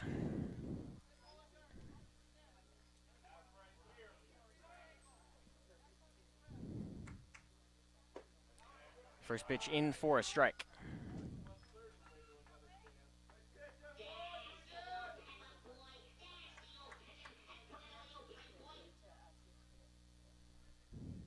Most leads off first. That one also catches the outside corner. Dean Poteet gives the call. Now 0-2 to Carter Bleak.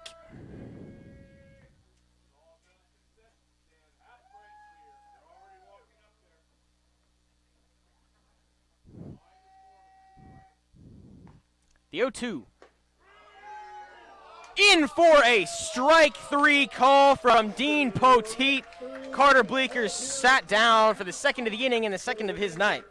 Now that's a perfect pitch right at the knees. You have to lay off if you're Bleeker, but it's a fastball. Buckled his knees. Leone, I mean, you got a weak contact single and a couple of strikeouts. The problem is Schmalzy parked him on the first hitter of the inning. Yeah, that solo shot, not the way you want to start the inning, but he's figured out or at least 2 strikeouts. The runner on first did single now. This one hit down the right field line. No play from Nick Sebastiani, but it goes foul.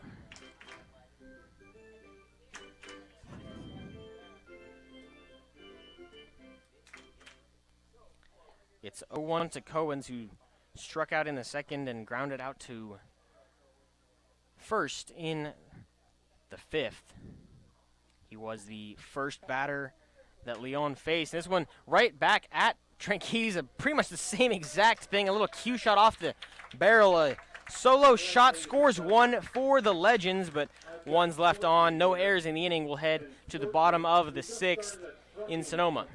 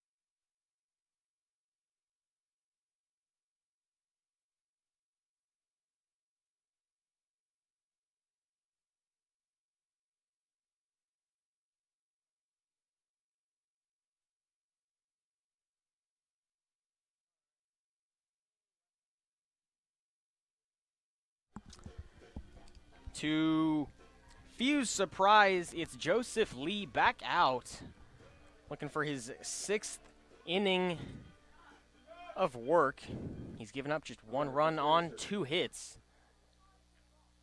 He'll face Kieran Baker, Nick Sebastiani, and Trent Keys. Baker's flown out and popped out, but Sebastiani and Keys have given Lee some trouble. Sebastiani scored the lone run he's allowed. First pitch to Baker, popped up down the right field line. Robbins thinks he has a play. Ball just into the Sonoma Stompers dugout. Bullpen, excuse me, not dugout.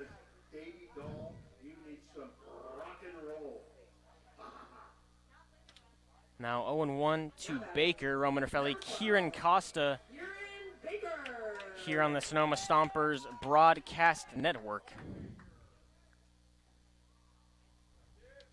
The 0-1 to Baker. Tried to check the swing, but the ball just found the bat. Now down 0-2.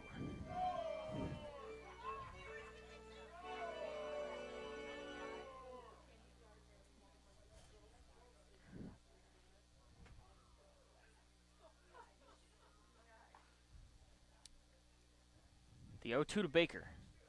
In the dirt. Take a swing, run to first, or on.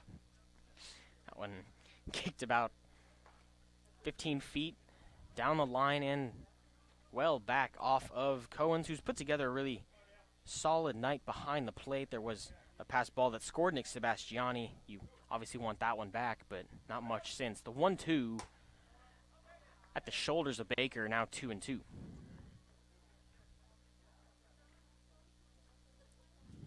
Good fight from Baker. He gets 2 strikes on 2 not A-plus swing, check swing fouls, and now you've battled back.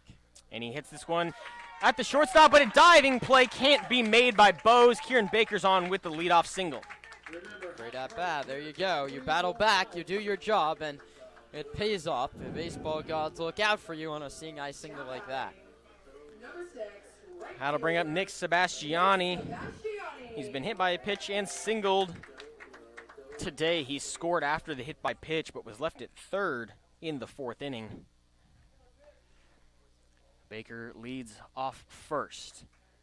First pitch high and in to Sebastiani. Lefty sidewinders up and throwing for Menlo Park.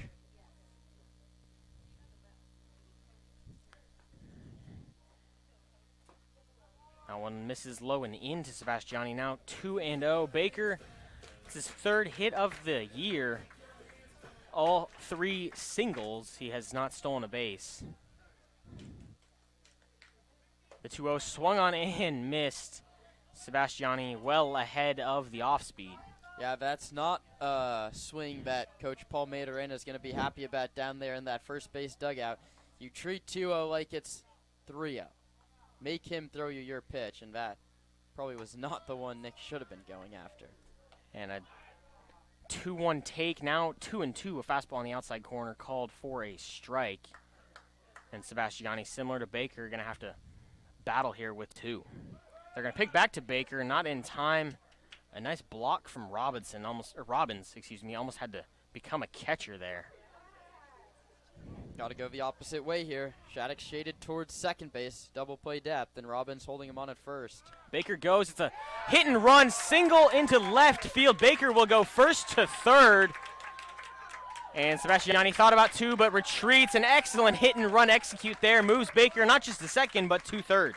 Yeah, that's exactly what you want. I mean, you want that ball to go in the gap and him to be motoring all the way home.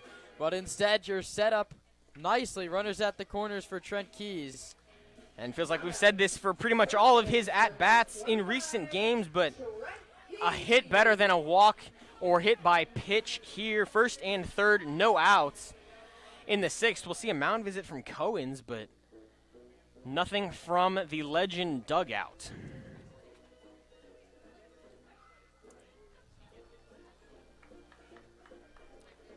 It's a short chat between Cohen's and Lee.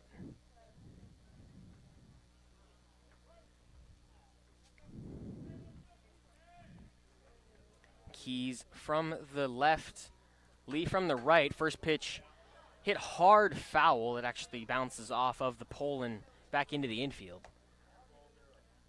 Nick Sebastiani entered play, 4 stolen bases. Hasn't swiped a bag yet today, but this is a prime first and third situation where we saw the Stompers run last time they were in this spot. Keys down 0-1. And that one hits him. It's a hat trick hit by pitch for Trent Keys, and the jokes write themselves. Unreal. Yeah, 3 times. I think he's been behind in the count every single time. I mean, but now you base load, nobody out. Here, your guys got to come through. Trent Keys finds himself on first base for the 3rd time. Hopefully he can find himself an ice pack after this one. He's the 4th hit by pitch from Joseph Lee today. I think they heard a little bit less if he can come around to score as the go-ahead run. He was cut down on a fielder's choice after the first one. He was left at second on the second one, and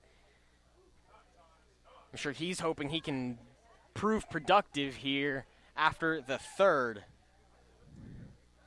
You'll have to stick around and find out. Baker on third, he singled. Nick Sebastiani on second, he singled. Now Keys on first, he was hit by a pitch. Bases loaded, no outs for Connor Pulowski, still against Joseph Lee.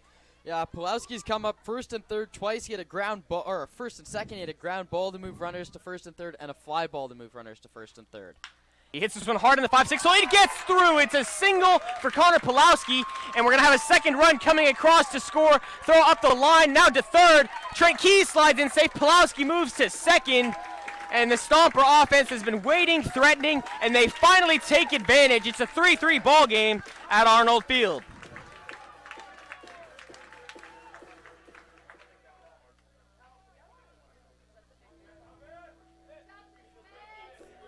A hard ground ball through the 5-6 hole by Pulowski. An aggressive send from Dave Hoke at third base. It scores two, puts two in scoring position for Ben Sebastiani, and still no outs in the inning. Yeah, Connor Pulowski, 3 great at-bats today. First pitch misses inside to Sebastiani.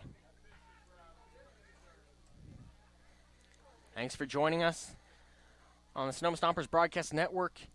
It's the bottom of the 6th, where the Stompers getting the offense going. Roman Raffelli and Kieran Costa on the call. Something you can find in this exact same spot for every Stompers home game this season. 2-0 hit down the right field line and foul, now 2-1. That's a 2-0 swing Mayo's going to be fine with. That's a fastball in the zone. And if you're a pitch-to-contact guy, as Lee is, it worked well for 5 innings. You were getting pop-ups, but now that soft contact's going to get through at some point, and that's what happened here this inning.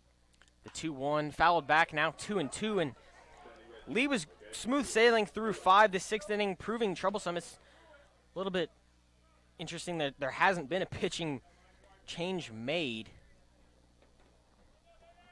You had leadoff singles to start the inning, and then a hit by pitch. That feels like the right time. Now 2-2, tipped, foul, and squeezed by Cohen's behind the dish. It's the first out of the inning.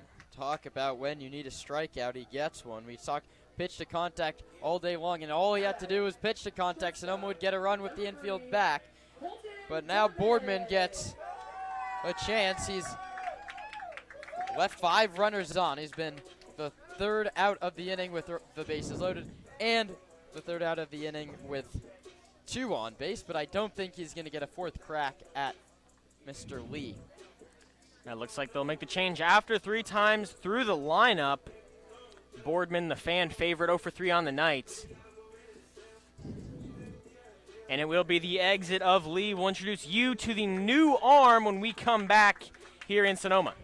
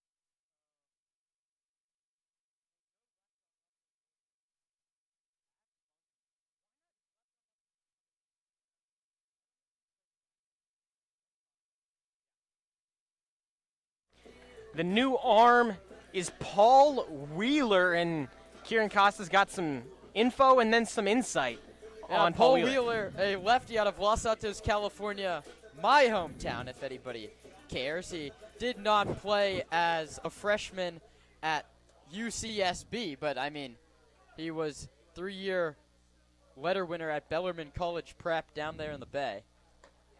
First pitch to Boardman, also a lefty, is low. Yeah, and that's, you go lefty-lefty. You go to the bullpen to match up lefty-lefty's interesting, especially how good Boardman's been. This one popped up behind home plate. Wheeler there to potentially make the catch, and it doesn't find a glove. It finds the wood paneling. First time for that, it hit the inch-thick wood paneling rather than the ground or the net. Yeah, Wheeler, 5'11", 180 pounds, does come like almost, it's like between three-quarters and submarine from the left side, so it looks like it coming from behind Colton Boardman. And it's a 1-1 count, but this is big. This is, again, a guy that, almost like Anthony Shepler, who gets recruited to that big program but doesn't get any run his freshman season. Now the 1-1 to Boardman. Hit him on the wrist. Right there on the hand. It looks like we might have a discussion here about if he was in swinging motion. No, we'll just go out to visit. And you make the left on left to try to take advantage, but you hit the batter and are fortunately gifted with another lefty here in Max Handren. Yeah, and here you're poised for your welcome back to Sonoma moment, Max Handren. It's the 5th hit batter for the Stompers, the first from Wheeler. Lee had 4. We can close the line on him in a moment or so.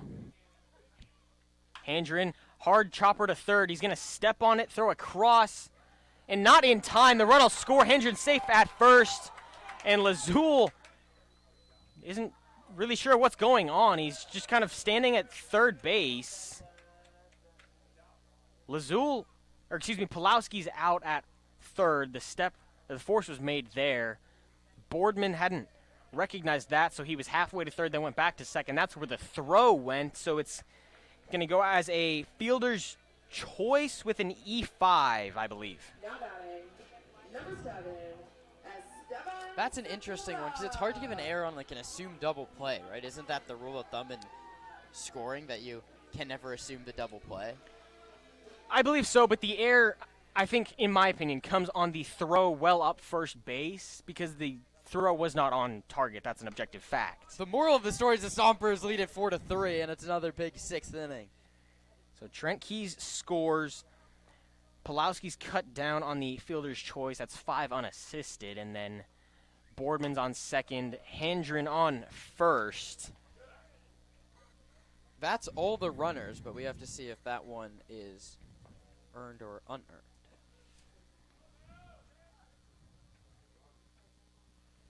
The 1-1 to Sepulveda, who's been quiet tonight after a loud night last night. Now 2-1. Remember what happened when Sepulveda came up in the 6th inning with 2 runners on last night? I think Stompers fans would like to see the same thing here. The 2-1, a swing and a miss, an off-speed, or fastball outside. It has two-seam run for the lefty, which moves away from the batter here in this case, but arm side. Now 2-2 with 2 outs and 2 on. Swung on and missed. Sepulveda goes down to end the inning. When we come back, we'll close the line on Lee, and Kieran Costa takes over for the final 3-round play-by-play. You're watching the Sonoma Stompers Broadcast Network.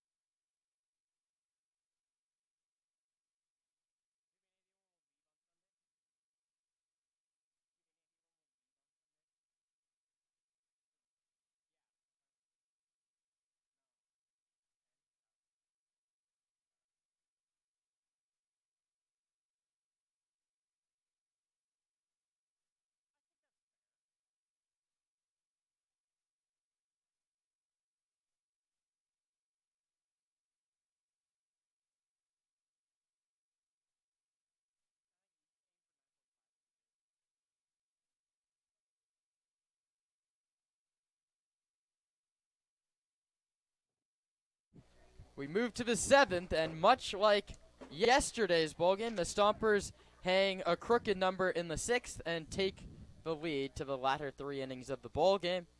And it's a new arm to start that, and Nicholas Polis, 6'3", 215-pound freshman out of Modesto Junior College, misses high with his first pitch. He threw a shutout inning with a walk that was erased on a caught stealing back against Alameda on June 5th. He pours that one in there, 85, for a called strike 1, and that closes the book on Brandon Leone. Yeah, Leone went 2 innings, gave up 2 hits, 1 run. It was earned. He didn't walk anyone, but he struck out 2. As James Bowes tips this one into the glove of Sepulveda, and the count's 1-2. Bowes, a right-handed hitter with power. He went yard off Haroon Pelja to lead off the 3rd inning. Let's see what he does to lead off the 7th. He is behind 1-2. He fouls off curveball that stayed high, was under it. Yeah, that's not, I mean, it's kind of panic swing mode there. It was kind of going towards his face, just had to make a defensive swing, but he probably wishes he had that back. Stompers lead the Legends 4-3. Rowland misses outside. The count's 2-2. Bowes will be followed by Shaddix and Landry. That's 7, 8, 9. If anyone gets aboard, it's back to the top in Quincy Villa. 2 balls and 2 strikes. Polis, the new pitcher for Zach Pace, and he starts his outing with a 3-2 count to James Bowes.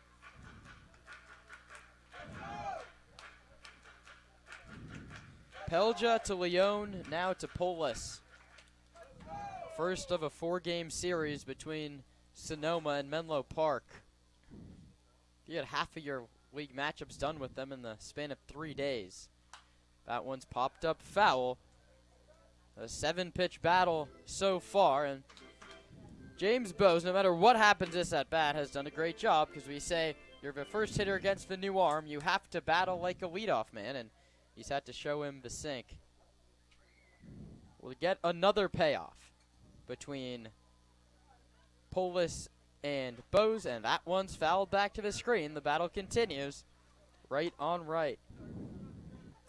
Yeah, Pulaski got a bit of glove on that one, but wasn't able to squeeze it, and that's not assumed. I mean, a hot foul ball off the barrel, and he's just 6 inches from it. Polis didn't play at Modesto Junior College, looking to get in the swing of things this summer. That one in and out of the glove of Sepulveda, but it's wide for ball 4. Now batting, second base, number 1, Gavin. And you got to squeeze that there, right on the edge. We've seen the zone a little bit outside from Dean Poteet tonight, but you can't get the call if you don't squeeze the ball.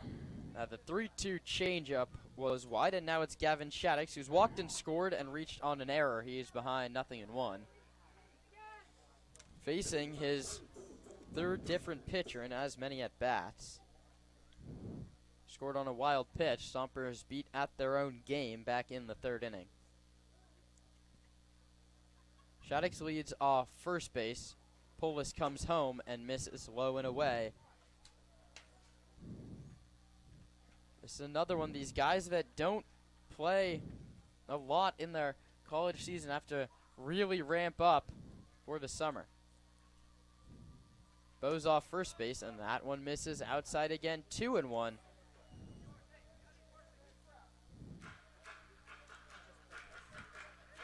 And a bit of an interesting base running approach here from Bowes. He takes about a step off, and then as soon as Polis comes set, he gets about 2 more. 2-1 is an off-speed pitch, and Gavin Shaddix is very early on it. The count's 2-2. First out, one of the 3 toughest to get in the inning, I've heard. What you've heard is not a lie. 2 balls and 2 strikes. That one's popped up on the infield. McCann Libby calls for it and catches it. An easy can of corn for McCann. There's one away. That brings up the 9-hitter Isaiah Landry, speedster, and he had himself a heck of a season at Alabama State. 327 average, but over 400 in conference play. That's back-to-back 325-plus seasons for Landry at Alabama State. He's coming back home. He's going to play for the University of San Francisco coming up this fall. He swings first pitch and fouls it back to the screen. Landry, a guy that's bounced around different collegiate leagues here. He spent the summer before he went to Alabama State for the Alameda Anchors. We've talked about that ball club a lot. 2022 Bay Area Collegiate League champions. He was the near everyday starting center fielder there. After his freshman year, he played for the San Francisco Seagulls, and now in his second summer here in the CCL, he dons the green and black of the Menlo Park Legends. Runner doesn't go, and Landry's fooled. Slider. Counts 1-2. A lot of these Modesto guys have a good slider. See Leone and now Polis back-to-back Modesto Junior College products. From the slide step, tries to have Landry chase. He doesn't. It was up and away, and the count's 2 balls and 2 strikes. Polis comes set. Bose still leads off first.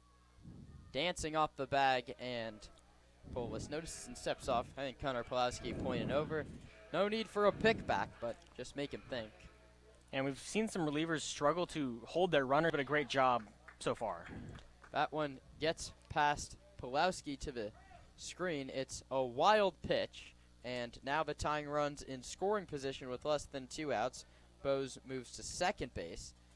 And all Isaiah Landry has to do is put a ball in the outfield to tie the game, or move him to third base with less than 2 outs. For the top of your order in Quincy Villa, who hit .331 during his college season at Marymount. He's 0 for 3 today, so the numbers say he's going to get a base hit.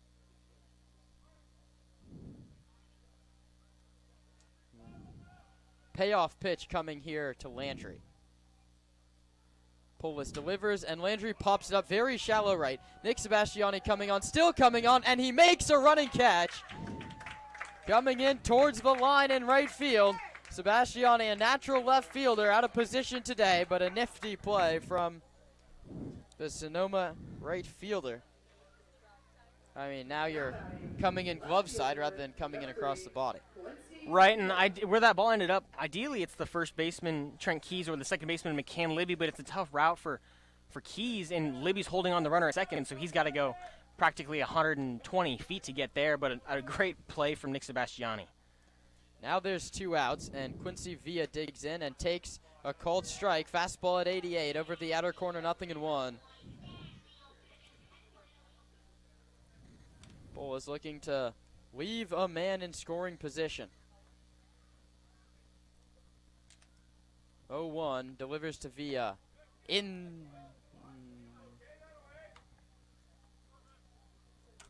Not in the zone, below the zone. 1 ball and 1 strike. I was ready for that one. I thought he'd gotten out ahead. Instead, it's 1-1 to the leadoff hitter, Quincy Villa. Swinging and fouled into the glove of Pulowski, 1-2.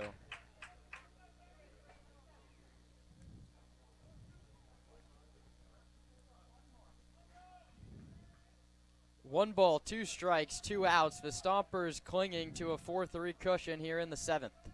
Polis sets at the belt, stares down Bose at second. The runner goes, it's lined into the glove of McCann Libby. He takes the tying run off the board, and the Stompers head to the last of the 7th with a 4-3 lead. How about that from McCann Libby? A great read and an excellent athletic plays. A bit of a taller second baseman than what you typically see, but he's able to use it to his advantage there.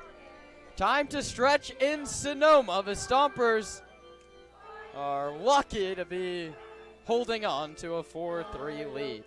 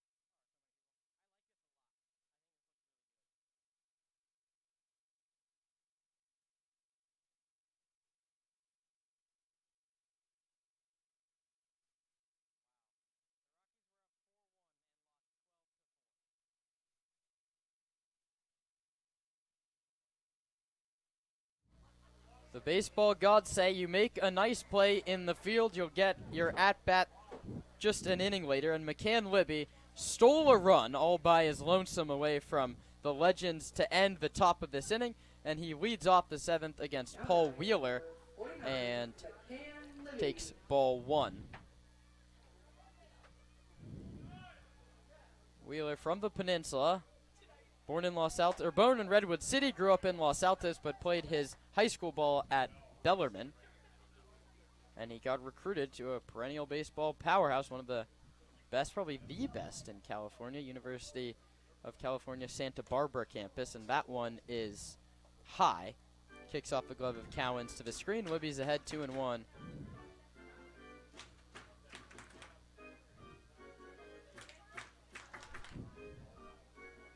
I mean, Zach Pace going to Sunday League this week? You lay that right into his hand. Well, not this week, Not because that. we got a doubleheader. He's got two in San Mateo. This week, the Stompers play at 1 and 4. Libby swings and fouls it back to the screen. And again, we talk about these ahead in the count swings. That's a good one. That's 89, top of the zone. Take your hack.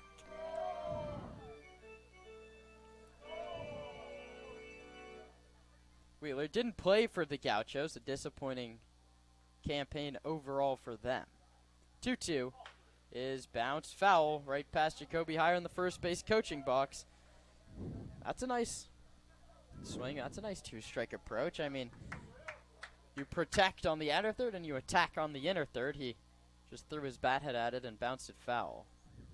Anthony Shepler on foul ball duty today. Libby sends it foul the opposite way again. Battle brewing between the two. McCann's grounded out, flown out, and flown out again.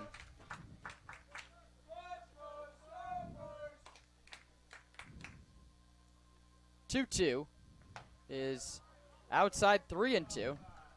Slider didn't make its way all the way back to the outside corner. Stompers got 3 runs to take the lead in the 6th inning, courtesy of 3 singles. The big blow from Connor Pulowski. Libby takes outside ball 4, and a brilliant at-bat from McCann, who saw 8 pitches and drew a leadoff walk. That's a great AB, especially to lead it off. You saw a bit of Wheeler. He got 3 batters in the 6th, but you need to see more of him here for this part of the lineup. Get him, recognized and just able to hit off of, and you work a walk as well. It's a great at-bat. That one has come in and hit him on the hand, and Baker's in a good amount of pain as he walks back behind home plate, and Zach Pace is quickly out to check on him. And I believe he's awarded a base because he was in motion of pulling the bunt back, not putting himself in the line. They're going to let him walk down, so I believe that's the case. No official motion.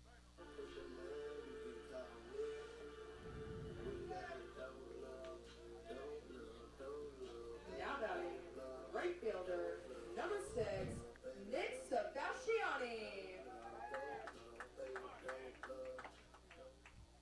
It's also the second hit by pitch thrown by Paul Wheeler.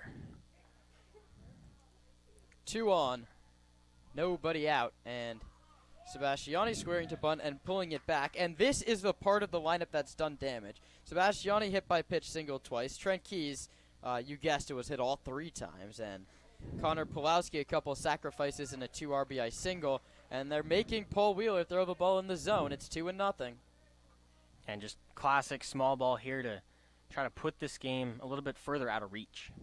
No one up in the bullpen for now. Sebastiani squares the bunt, pulls it back again, 3-0.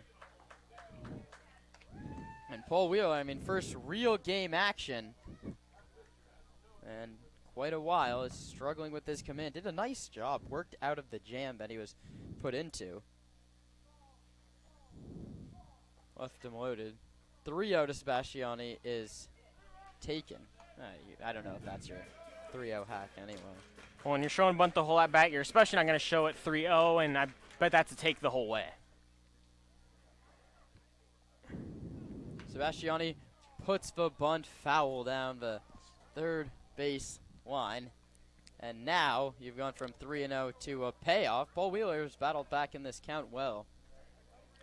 And I'm impressed, to be honest, that that's not another take. He can't find the zone right now, and especially to bunt there, it feels like less of a tactic to keep him out of the zone and more trying to go for a hit, but that's not really the spot. 3-2, struck him out swinging, and Paul Wheeler with a very nice bounce back in that at-bat. He was one ball away from loading the base with nobody out, and instead, he picks up his second strikeout.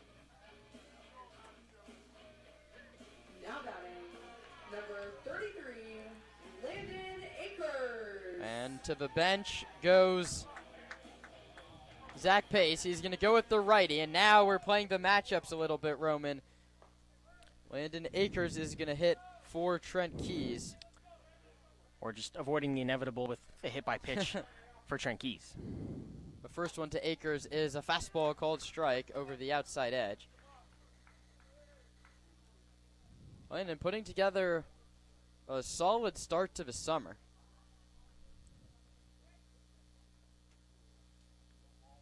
Got the day off today, but here's his at-bat, and he starts it behind 0-2.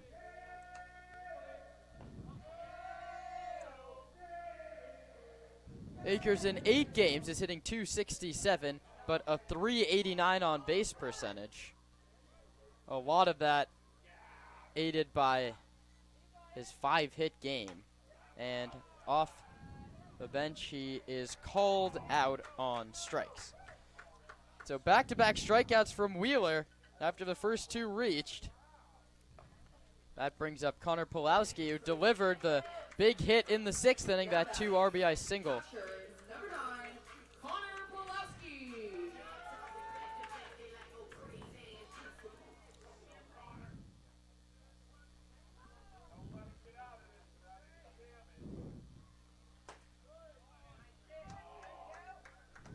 First one finds the zone to Pulowski, and Paul Wheeler, you talk about bear down after the first 2 reach. That's exactly what he's done. He went walk, hit by pitch, 3-0 count, and he struck out Sebastiani. He struck out Akers in a pinch hit trip, and he's in a 1-1 count with Connor Pulowski. Fielder's choice in the 2nd. Fly ball to right, that moved a runner in the 4th, and a 2 RBI single through the left side in the 6th. He takes outside 2-1.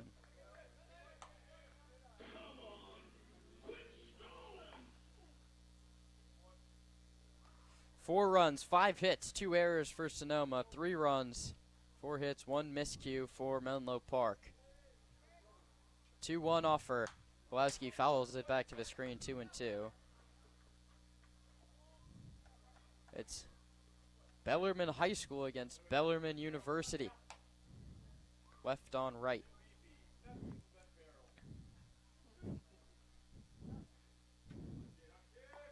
Two on, 2 out, 2 strikes. Deuce's wild delivery here in the last of the 7th is back to the screen. It's going to kick back to Cowens, but he's not going to have a play. Wild pitch charged to Wheeler. And now, if Pulowski can deliver that same ground ball, Stompers would really have a bit of a lead.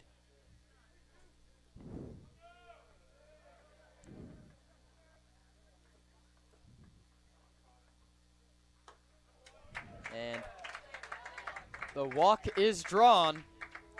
The bases are loaded again in Stomper fashion without the aid of a hit.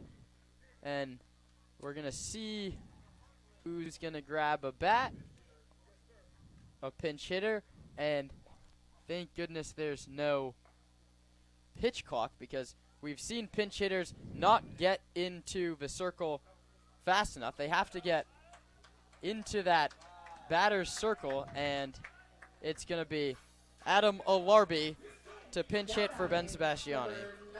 Alarbi hitless in CCL play so far, but he's got a strikeout and 4 walks. You would love a walk here, or you'd love your first hit and RBIs of the CCL campaign. Yeah, interesting to see how the defensive alignment comes, and Alarbi comes off the bench hacking, and he misses on that one. It's 0-1.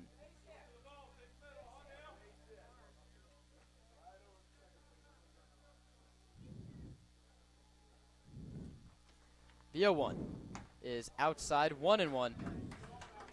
Would be a nice time for your first CCL knock. Pick up his good friend Haroon Pelcha. They're living with the same host family this year. Alarby takes high, 2-1.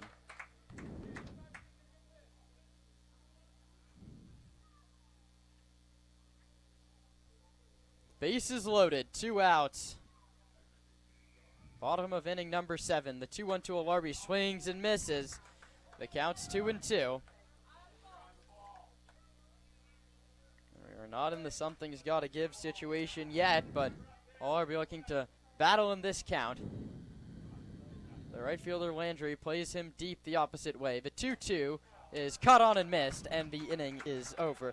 The Stompers don't get a hit, but they still leave them loaded. That's 11 left on base for Sonoma through 7, but it all doesn't matter because they lead at 4-3 heading to the 8th on the Sonoma Stompers Broadcast Network.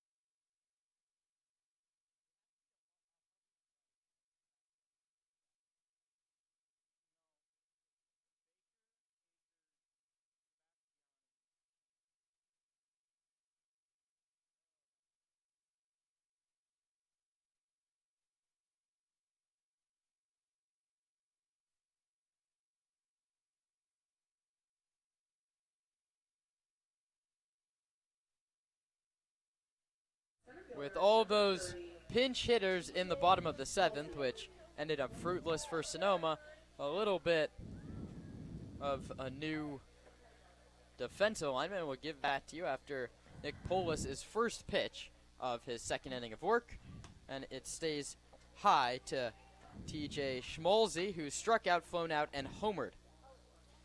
Nick Sebastiani moves from right field to left field. Landon Akers takes over in center, and Kieran Baker moves to right. Brady Shannon plays first base. So Sebastiani, Akers, Baker. It's Handren, Boardman, Libby, and Shannon third first. That one's foul back to the screen and up over. Counts 1-1. Stompers got a run in the 2nd and 3 in the 6th, 2 in the 3rd, and 1 in that eventful 6th inning for Menlo Park. The 1-1. Sent in the air down the right field line. Shannon and Baker give it a look, but it falls harmlessly on the other side of the fence. It's strike 2. Will Robbins and Dade Most. This is the lane. This is your 2, 3, and 4 in the 8th inning. This is probably where you want to produce. 1-2. Grounded towards second. Libby knocks it down, recovers, throws to first, late. So he makes maybe the best play of the season to end the 7th inning, but is charged for an error to start the 8th inning. Yeah, it's not ideal time for that especially, but picked the head up before the ball got there. Will Robbins, the Princeton Tiger, digs in from the right side against the righty Polis, who pours it in there for a called strike 1 at 85 miles an hour. Struck out swinging in the 1st, did the same in the 4th, and the same in the 6th. 2 of those go to Pelcha, and one of them goes to Leone. Stompers looking to turn 2. Schmalzi's at first. He reached via the walk. The 0-1 coming. Kicks up. Pulowski can't find it, and to second base goes Schmalzy on the wild pitch. And now, just like they were set up in the 7th inning, that tying runs out in scoring position.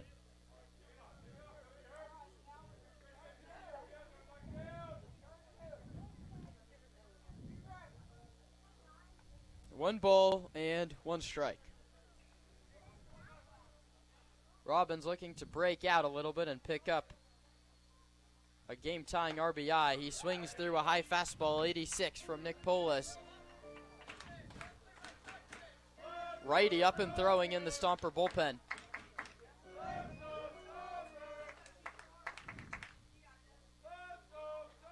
One ball and two strikes. Bo Robbins steps out, looking to avoid a golden sombrero. Righty on righty, Polis and Robbins. That one is in the far batter's box, but Connor Pulowski saves a critical 90 feet. Sonoma leads this one 4-3, but Menlo Park in prime position to tie it. Runner on second and nobody out. Righty on righty, Polis and Robbins. Polis checks second, checks again, comes home, and that one's popped up, first base side and out of play.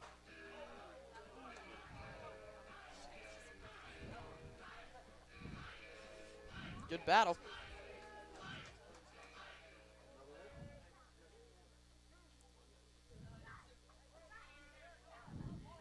Two balls, two strikes. Polis to Robbins.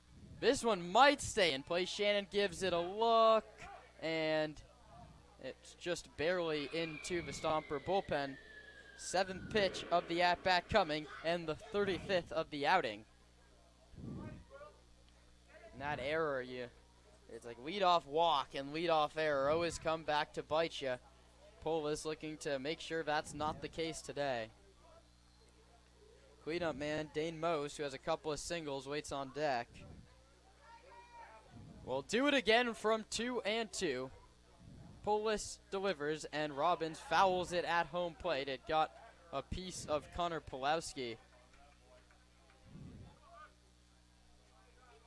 That's now a 4th 2-2 pitch we're going to see.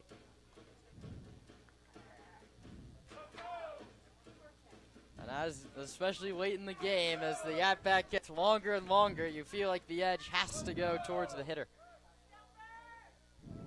Polis, though, a pitch to waste on 2-2. Here it is. That ball's cranked to left.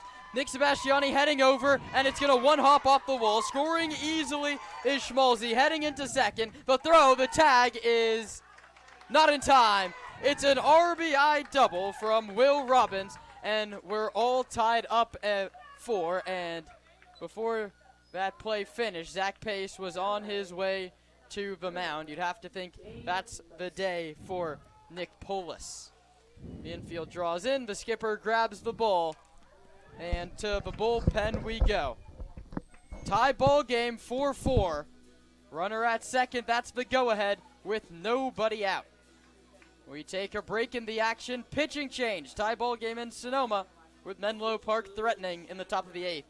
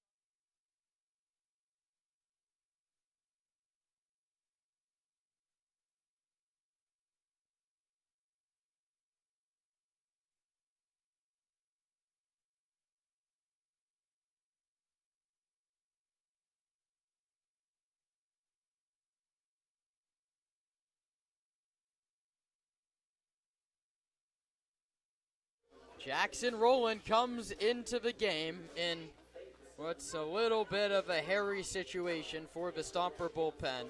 The game's tied 4-4 after an error, a wild pitch, and an RBI double by Will Robbins, who stands out at second base. That's the go-ahead run, and that belongs to Nick Polis. Jackson Rowland trying to be the man to pick up his Modesto JC teammate. Rowland did not play at all his freshman season at Modesto JC. The 18-year-old's made one league appearance, 2 innings. He gave up 2 unearned runs, struck out 4. No walks, no hit by pitches, and he's going to have to be in the zone, and he's going to need strikeout stuff to strand that go-ahead run out at second base. Rowland will face Dane Most to start it off, and it's in there for a called strike 1. Fastball at 86. Error, wild pitch, double. We're tied at 4. Dane Most looking to drive in or move up that go-ahead run. He pops this one up back and foul over our heads.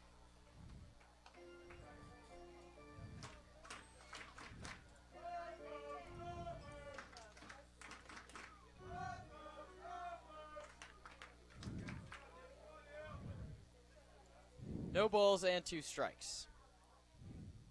The pitch from Rowland struck him out swinging. It's the first one. It's one of the harder ones to get. And that brings up Carter Bleeker, who's lined out and struck out twice. And that's a big one there. You want to come in and immediately have an impact. You get the strikeout. You need 2 more here before, 2 segments of 90 feet are made by the offense, but 1 is a start. Nothing can get through Connor Pulowski, and Lucas Townsend's going to talk things over with his third baseman. Maybe this is just to get the pitcher Rowland out of his rhythm. This is the stuff you love from Coach Town. He wasn't on your sideline, but I've had quite enough of the former Stomper catching coach. I'm happy for Townie. Townie's a value add to any organization that he will end up being a part of. Rowland comes home. Fastball called strike 1.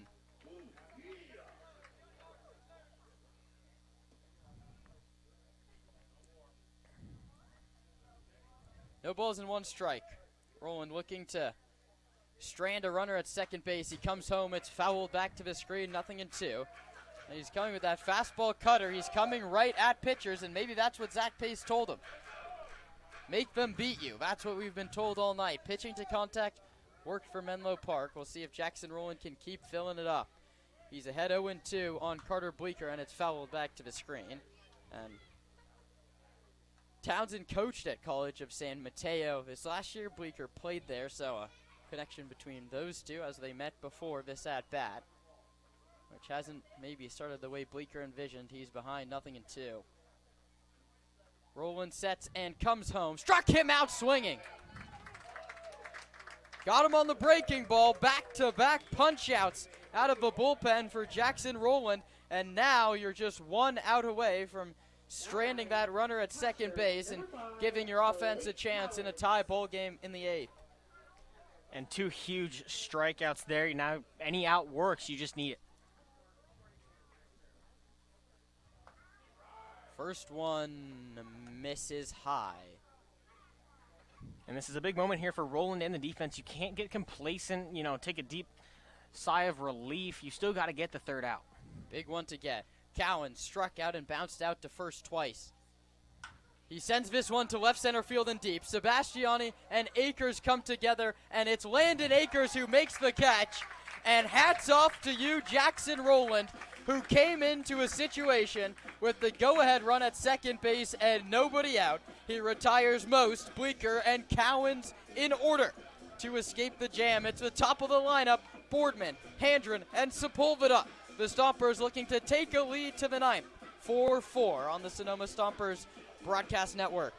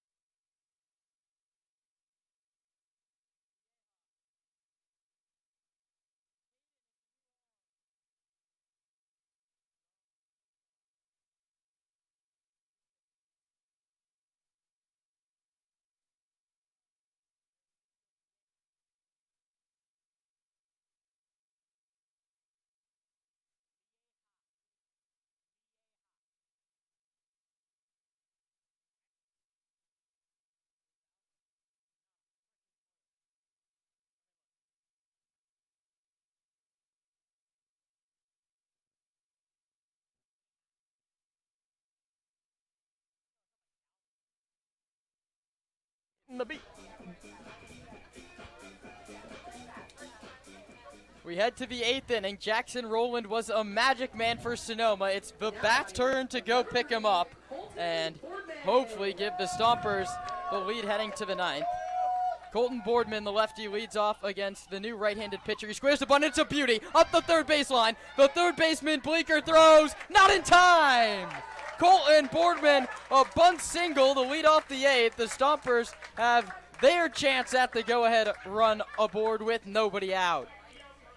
We tagged him with crafty Colton last night, and we're going to stick to it there. No better way to get to a brand new pitcher than pushing a bunt down the third baseline. That new pitcher, Francisco Lieja, plays his ball at Alvin Community College down in Alvin, Texas. He appeared in 3 games, threw 6 innings, had a 1.5 ERA.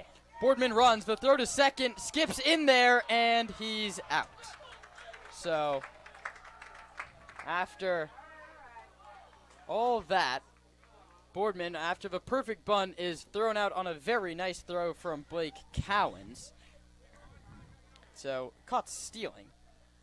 And the run game plagues the Stompers once more and took a lot of the air out of Arnold Field. And Handren almost brought it back with a hard line drive foul hole down the right field line. The count's 1-1. And I've said a lot of things nice about Max Handren today, and I'm going to continue. I don't really want to take the bat out of his hands in this situation. I don't think he's a double play threat. He's gone the opposite way with everything he's seen. He has the right approach, but I'm trying to do something. The 1-1 is inside and low, 2-1.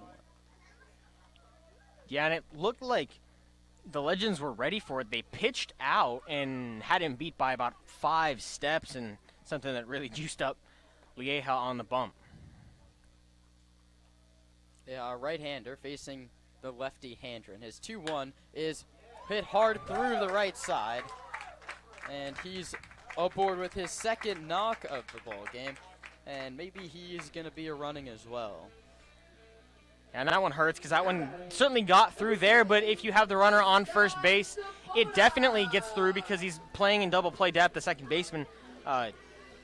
Sheddix, of course, but that is potentially a play that Boardman could go first to third on, and then you're really threatening. Back-to-back knocks. Well, one scorched by Handren and a bunt single by Boardman. The problem is they both go down the same way in the scorebook. And that first one to Sepulveda misses. 1 ball and no strikes. Drama building here at Arnold Field. Stompers 4, Legends 4. We play in the bottom of inning number 8, and a check on Handren. He's back to the bag. It's a nice righty move.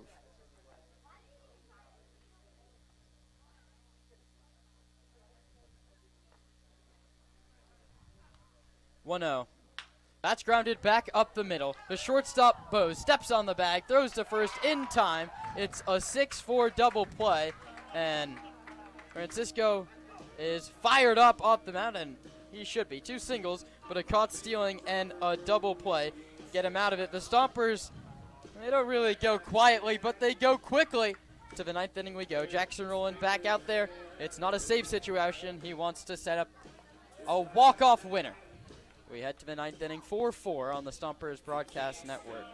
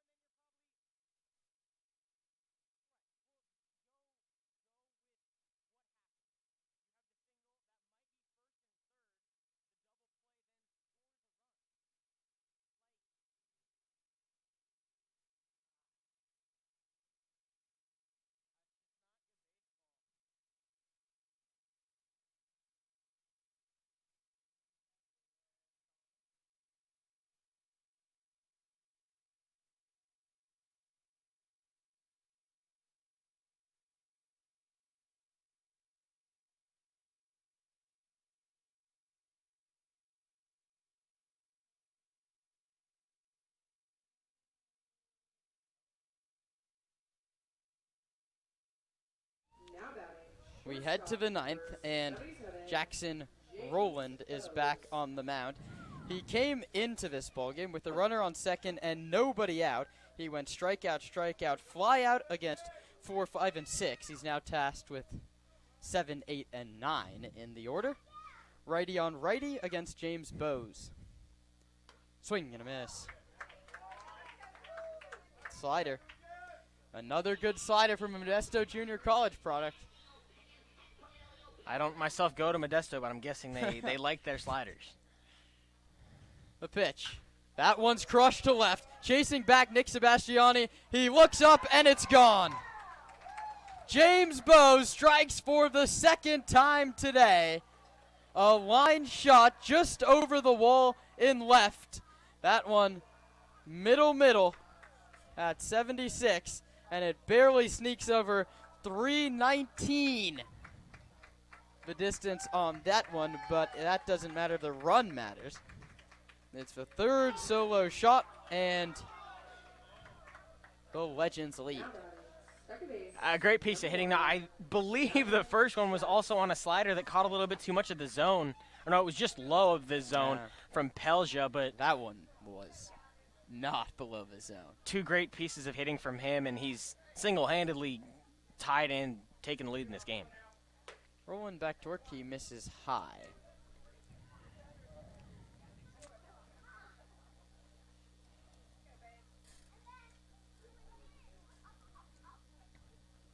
That one skips into Pulowski up over the screen. The count's 2-0.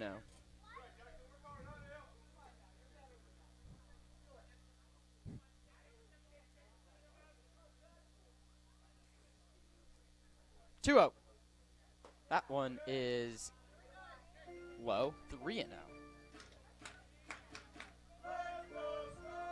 Shattuck's walks, reach on an error, and popped out. And the Stomper crowd that was so alive just minutes ago after Rowland worked out of that jam and then Boardman was aboard to start the inning is now sitting in stunned silence as James Bowes has homered again, and a 4-pitch walk after that. And I mean, this is not telling Zach Pace how to do his job. This is like maybe someone go settle him down. He was so good out of the bullpen, and then goes solo home run, 4-pitch walk. Maybe not. He comes in the zone with this one. And I think it also comes with just the human adrenaline part of this. You strike out 2 and then get the last out to not allow the run to score. You're pumped up. You go sit on the bench for a few minutes, and then you come back out, and that adrenaline's gone. That one's low. Nice block from Pulowski. The count's 1-1. First of a 4-game series, and I don't know how kindly the Stompers took to that couple big bat flips and the emotion coming off the mound. They're going to see a lot of each other tomorrow at 6:05 and then twice on Sunday. They play Friday, Saturday, and twice on Sunday, and that's lined up the middle. Knocked down by Libby. The throw to first is in time. It's one of the odder double plays you'll ever see. It goes 4-6-3 in unconventional fashion. The Stompers roll it up on Isaiah Landry. You hear wrong place at the wrong time. That's right place at the right time. And that's an effort play from McCain Libby. A tough play for him, but he very much indirectly just kind of gives a great toss to Colton Boardman. I mean, he got it at the belt and was able to deliver the throw to first. That's not what you expect when you see 4-6-3 on the lineup. Libby, Baker, and Sebastiani are the 3 due for Sonoma in the bottom of the ninth. And Villa squares to bunt and pulls it back. It's 0-1. Quincy, a very un-Villa, like 0-for-4. Pop out, a strikeout, a ground out, and a line out. Counts 1 ball and no strikes. The pitch is another square to bunt and pulled it back again. Max Handren well in on the grass at third. And you go back to that Boardman caught stealing first pitch with the bat in Max Handren's hands. 2-0 is find foul to the screen. Say that 3 times fast, but you take it out. Well, you don't take it out of Handren's hands, but you take the runner off base. He singles, and then Sepulveda Just a slow chopper back up the middle. Doesn't get any easier for James Bowes, who starts a double play and then homers. That one's grounded weakly to Boardman, who charges, gloves, throws in time to get him. So a solo home run is all the damage Menlo Park need. Stompers need a little bit of luck as we head to the bottom of the ninth. 5-4, Menlo Park has retaken the lead. Walk-off time, or we'll see tomorrow. Stompers and the Legends, bottom of the ninth, coming up after this on the Stompers Broadcast Network.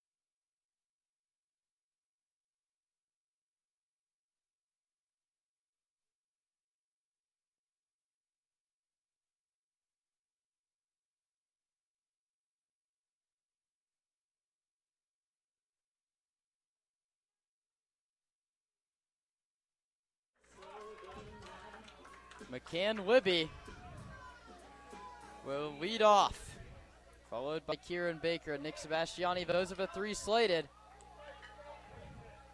Lieja pitches, and Libby lines it fair inside the left field line. He rounds first, he heads towards second. It's picked up by Villa, and heading back to first base is Libby. Smart decision. You cannot make the first out on the bases in the ninth, but the tying runs aboard. Here we go for Kieran Baker, who's flown out, popped out, singled, and hit by a pitch. And the battle of the Texas community colleges goes to Navarro over Alvin on just one pitch.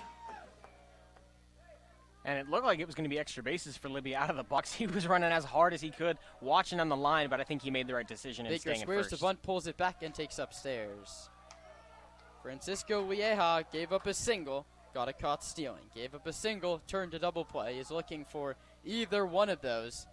I mean, 3 of the 4 players have gone a single off of him. Baker squares the bunt, gets it down, right back to the third baseman. Bleeker can't make a play. Bleeker, the third baseman, cut in front of the pitcher, Lieja, and played it off of his chest. It's an E5. The Stompers have the winning runs on base and the tying run at second. They wouldn't have drawn it up any other way on a Friday night at Arnold Field. And the nicknamed Nicky Two Bags, with perhaps the 2 most important bags of the season so far, laying in front of him. First and second, nobody out. Lieja facing Sebastiani right on right. Francisco checks second and delivers. Sebastiani bunts. Bleeker has another chance. He bobbles this one, throws to first, and he's out. Oh, a very close play at first base. Time's called. Zach Pace is going to come out and talk to Gary Frieders. And it's a tight one. Sebastiani thought he was safe.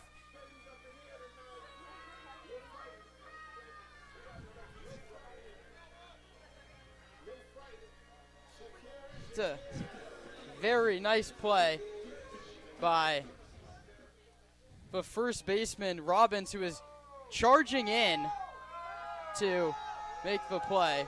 And out to the mound goes Nick Sanziri, and that's a tough one. That's a tough one if you're Sonoma. A bang-bang play at first base that would have loaded the bases with nobody out. But all that aside, it's wiped. He did his job. You got the bunt down. It's second and third with just one out. Akers looking to play the hero. Hey, you said it there. He did a job. He got them in to second and third with Landon Akers, who gets the day off today, but has been one of the best bats in the Stomper lineup through the season so far. This is exactly what the Stompers want. You just need to capitalize. There's a good chance a single does it here, but you've got to have a good approach. Patient, stay within yourself. You can't let the moment get too big here. You need to be good. Called of a bullpen break in the action in the ninth. The tying runs at third base, the winning runs at second base, and Landon Akers digs in against a new arm. We'll tell you all about it when we come back. 5-4 Legends, but the Stompers threatening a winner on a Friday night at Arnold Field. Stick around for the conclusion on the other side of the break on the Stompers Broadcast Network.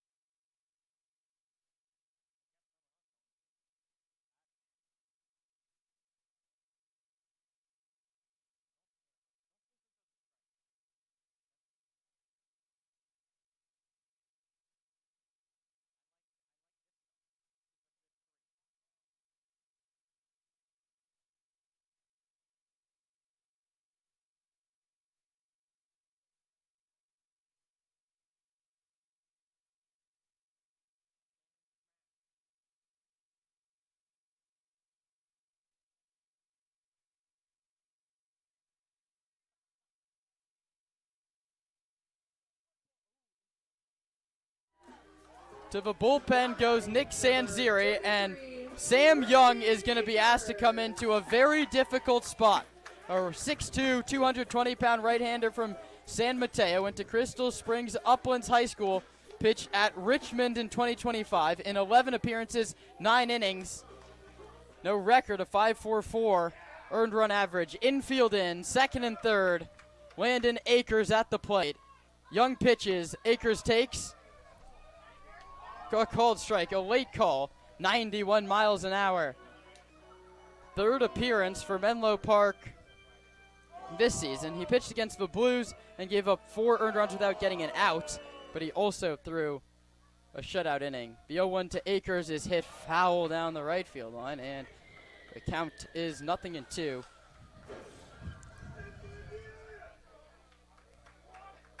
Akers, a right-handed hitter, plays at Bellarmine University.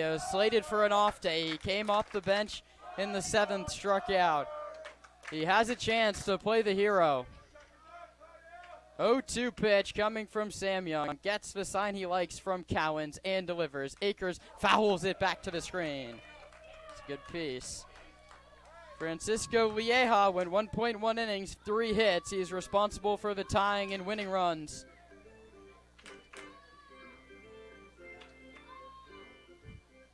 And is technically in line for the win.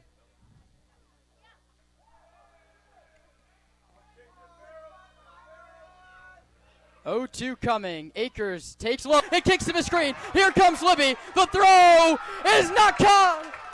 A Stomper special ties the game in the 9th. And now the winning run is 90 feet away. How about that? And Nick Sanziri is going to come calm down his righty. And that's a tough play, I mean, for a lot of reasons. He throws the fastball. It skips past the catcher, Cowens, to the screen. But a very nice bounce for Menlo Park. They have the play at the plate. A close play. Libby slides through Sanziri. Now, this is a couple things, right? Your heart rate's already up. You're coming into one of the most difficult decisions you could be put in. And also now your heart rate's up physically. You have to sprint home to home plate, force to field your position.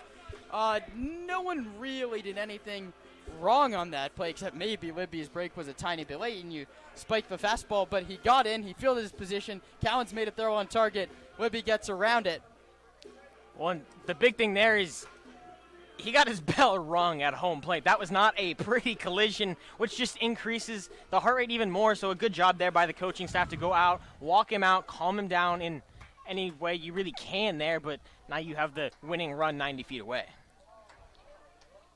Akers with a chance. 1-2 with the infield in. Baker 90 feet away. The pitch is sent foul down the right field line. If he puts that one in the field of play, well, he could be poised for a walk-off sac fly, but there'd be no better way to close this game than a walk-off wild pitch. This is Friday Night Lights here in Sonoma. 5-5 ball game, last of the 9th. Young to Akers, high, 2-2.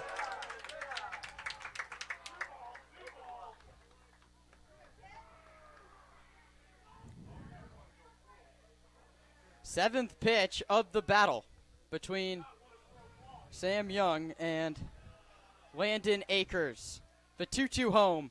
Landon hits a bouncing ball foul, third base line.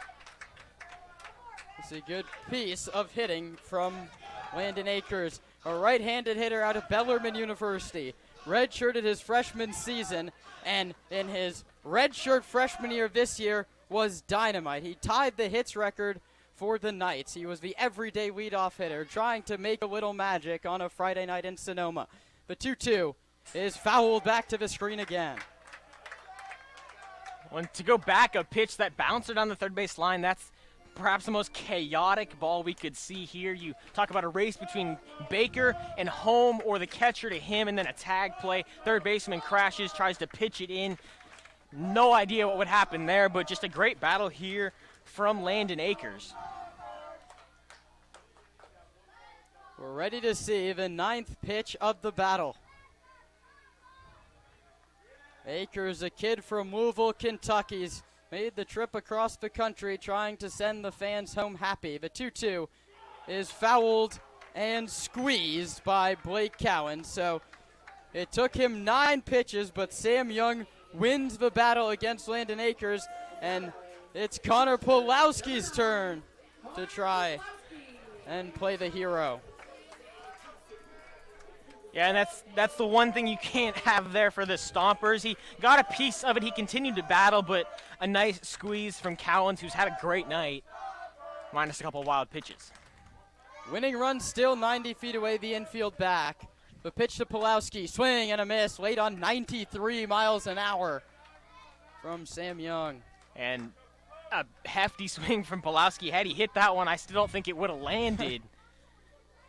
He was just a little bit late. Young against Pulowski. Here it is. Popped up foul. First base side out of play.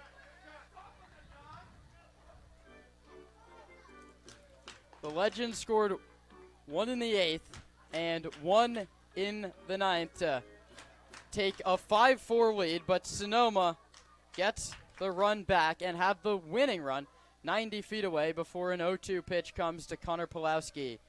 Sam Young winds and delivers outside, and Blake Cowens keeps it in front of him. A nice backhanded stab to save the game.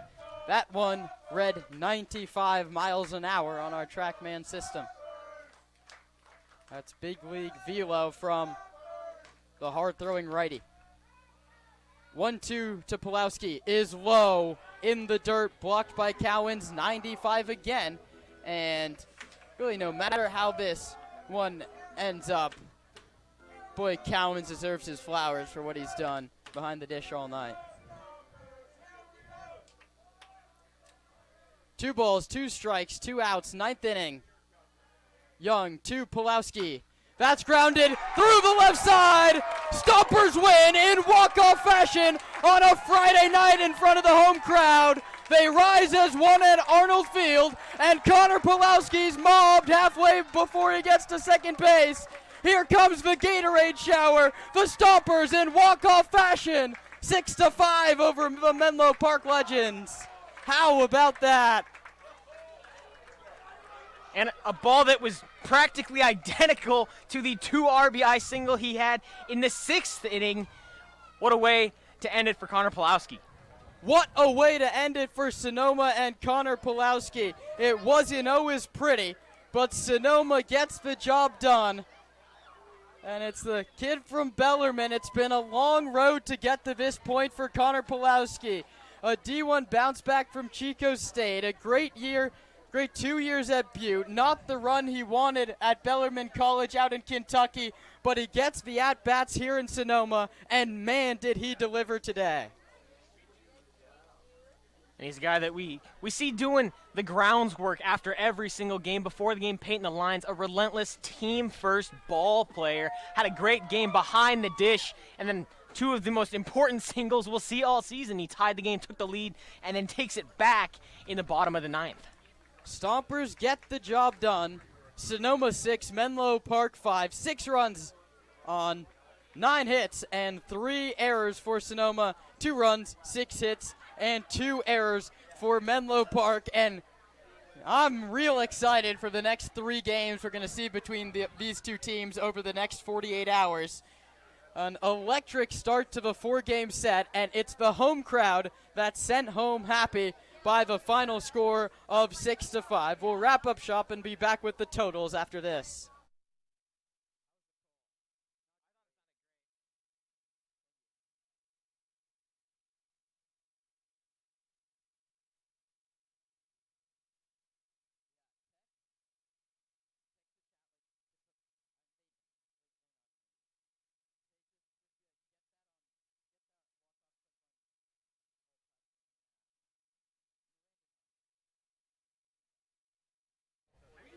Wrapping up shop here, it's the Sonoma Stompers post-game show. I'm Kieran Costa, joined alongside by Roman Raffelli. It's been a fun night here up in the Sonoma Index Tribune press box, and thanks to Mr. Connor Pulowski, everyone goes home with a smile on their face. Stompers win in walk-off fashion. Pulowski pulls a ground ball through the left side. He finishes with half of Sonoma's RBIs. That's 3 out of 6. And I'd go as far as to say the biggest RBI on the young campaign. The Stompers improved to 5-4. Menlo Park drops to 2-4.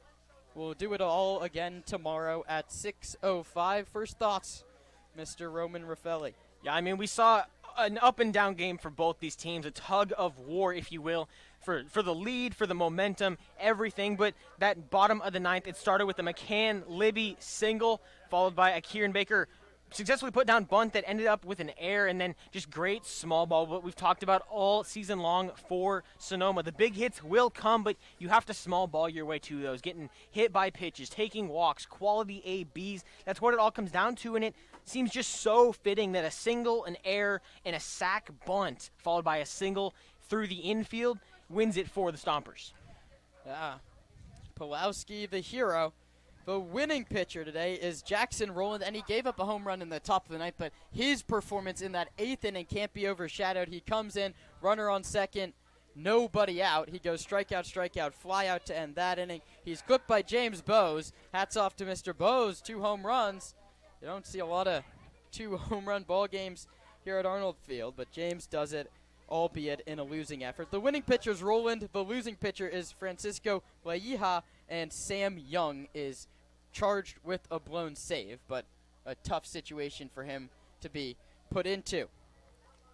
Yeah, I mean, for Young there, you inherit just a really tough spot. You got to do your best, and he was solid there. Obviously, the pitch in the dirt that got by and scored the tying run, probably the biggest mistake on his part there, but you're going to spike a pitch. It's a tough spot to be, but you know, if you're Menlo Park, you're right there. You hung around. You had some key guys show up in key moments, including a home run in the top of the ninth to take a lead, and now you've got 3 more chances to go get this one back and grab a couple more from the Stomps. Yeah, we'll do it all again tomorrow, 6:05, right here on the broadcast network, a 5:50 pregame show, leading you up to a 6:05 approximate first pitch.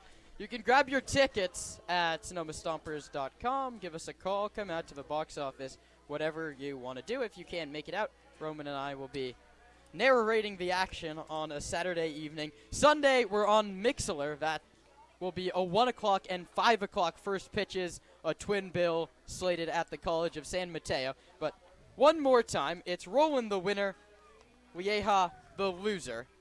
Sonoma 6 runs on 9 hits, 3 errors, 5, 6, and 2 for Menlo Park. The Stompers back above 500, a 5-4 record. This one's got to feel good for Zach Pace and the rest of the coaching staff, for everyone that helps make this broadcast run, our analytics team, everybody that works hard in this booth, and of course my broadcast partner, Roman Raffelli. I'm Kieran Costa, signing off after the Stompers win it in walk-off fashion here in Sonoma. Enjoy the rest of your evening.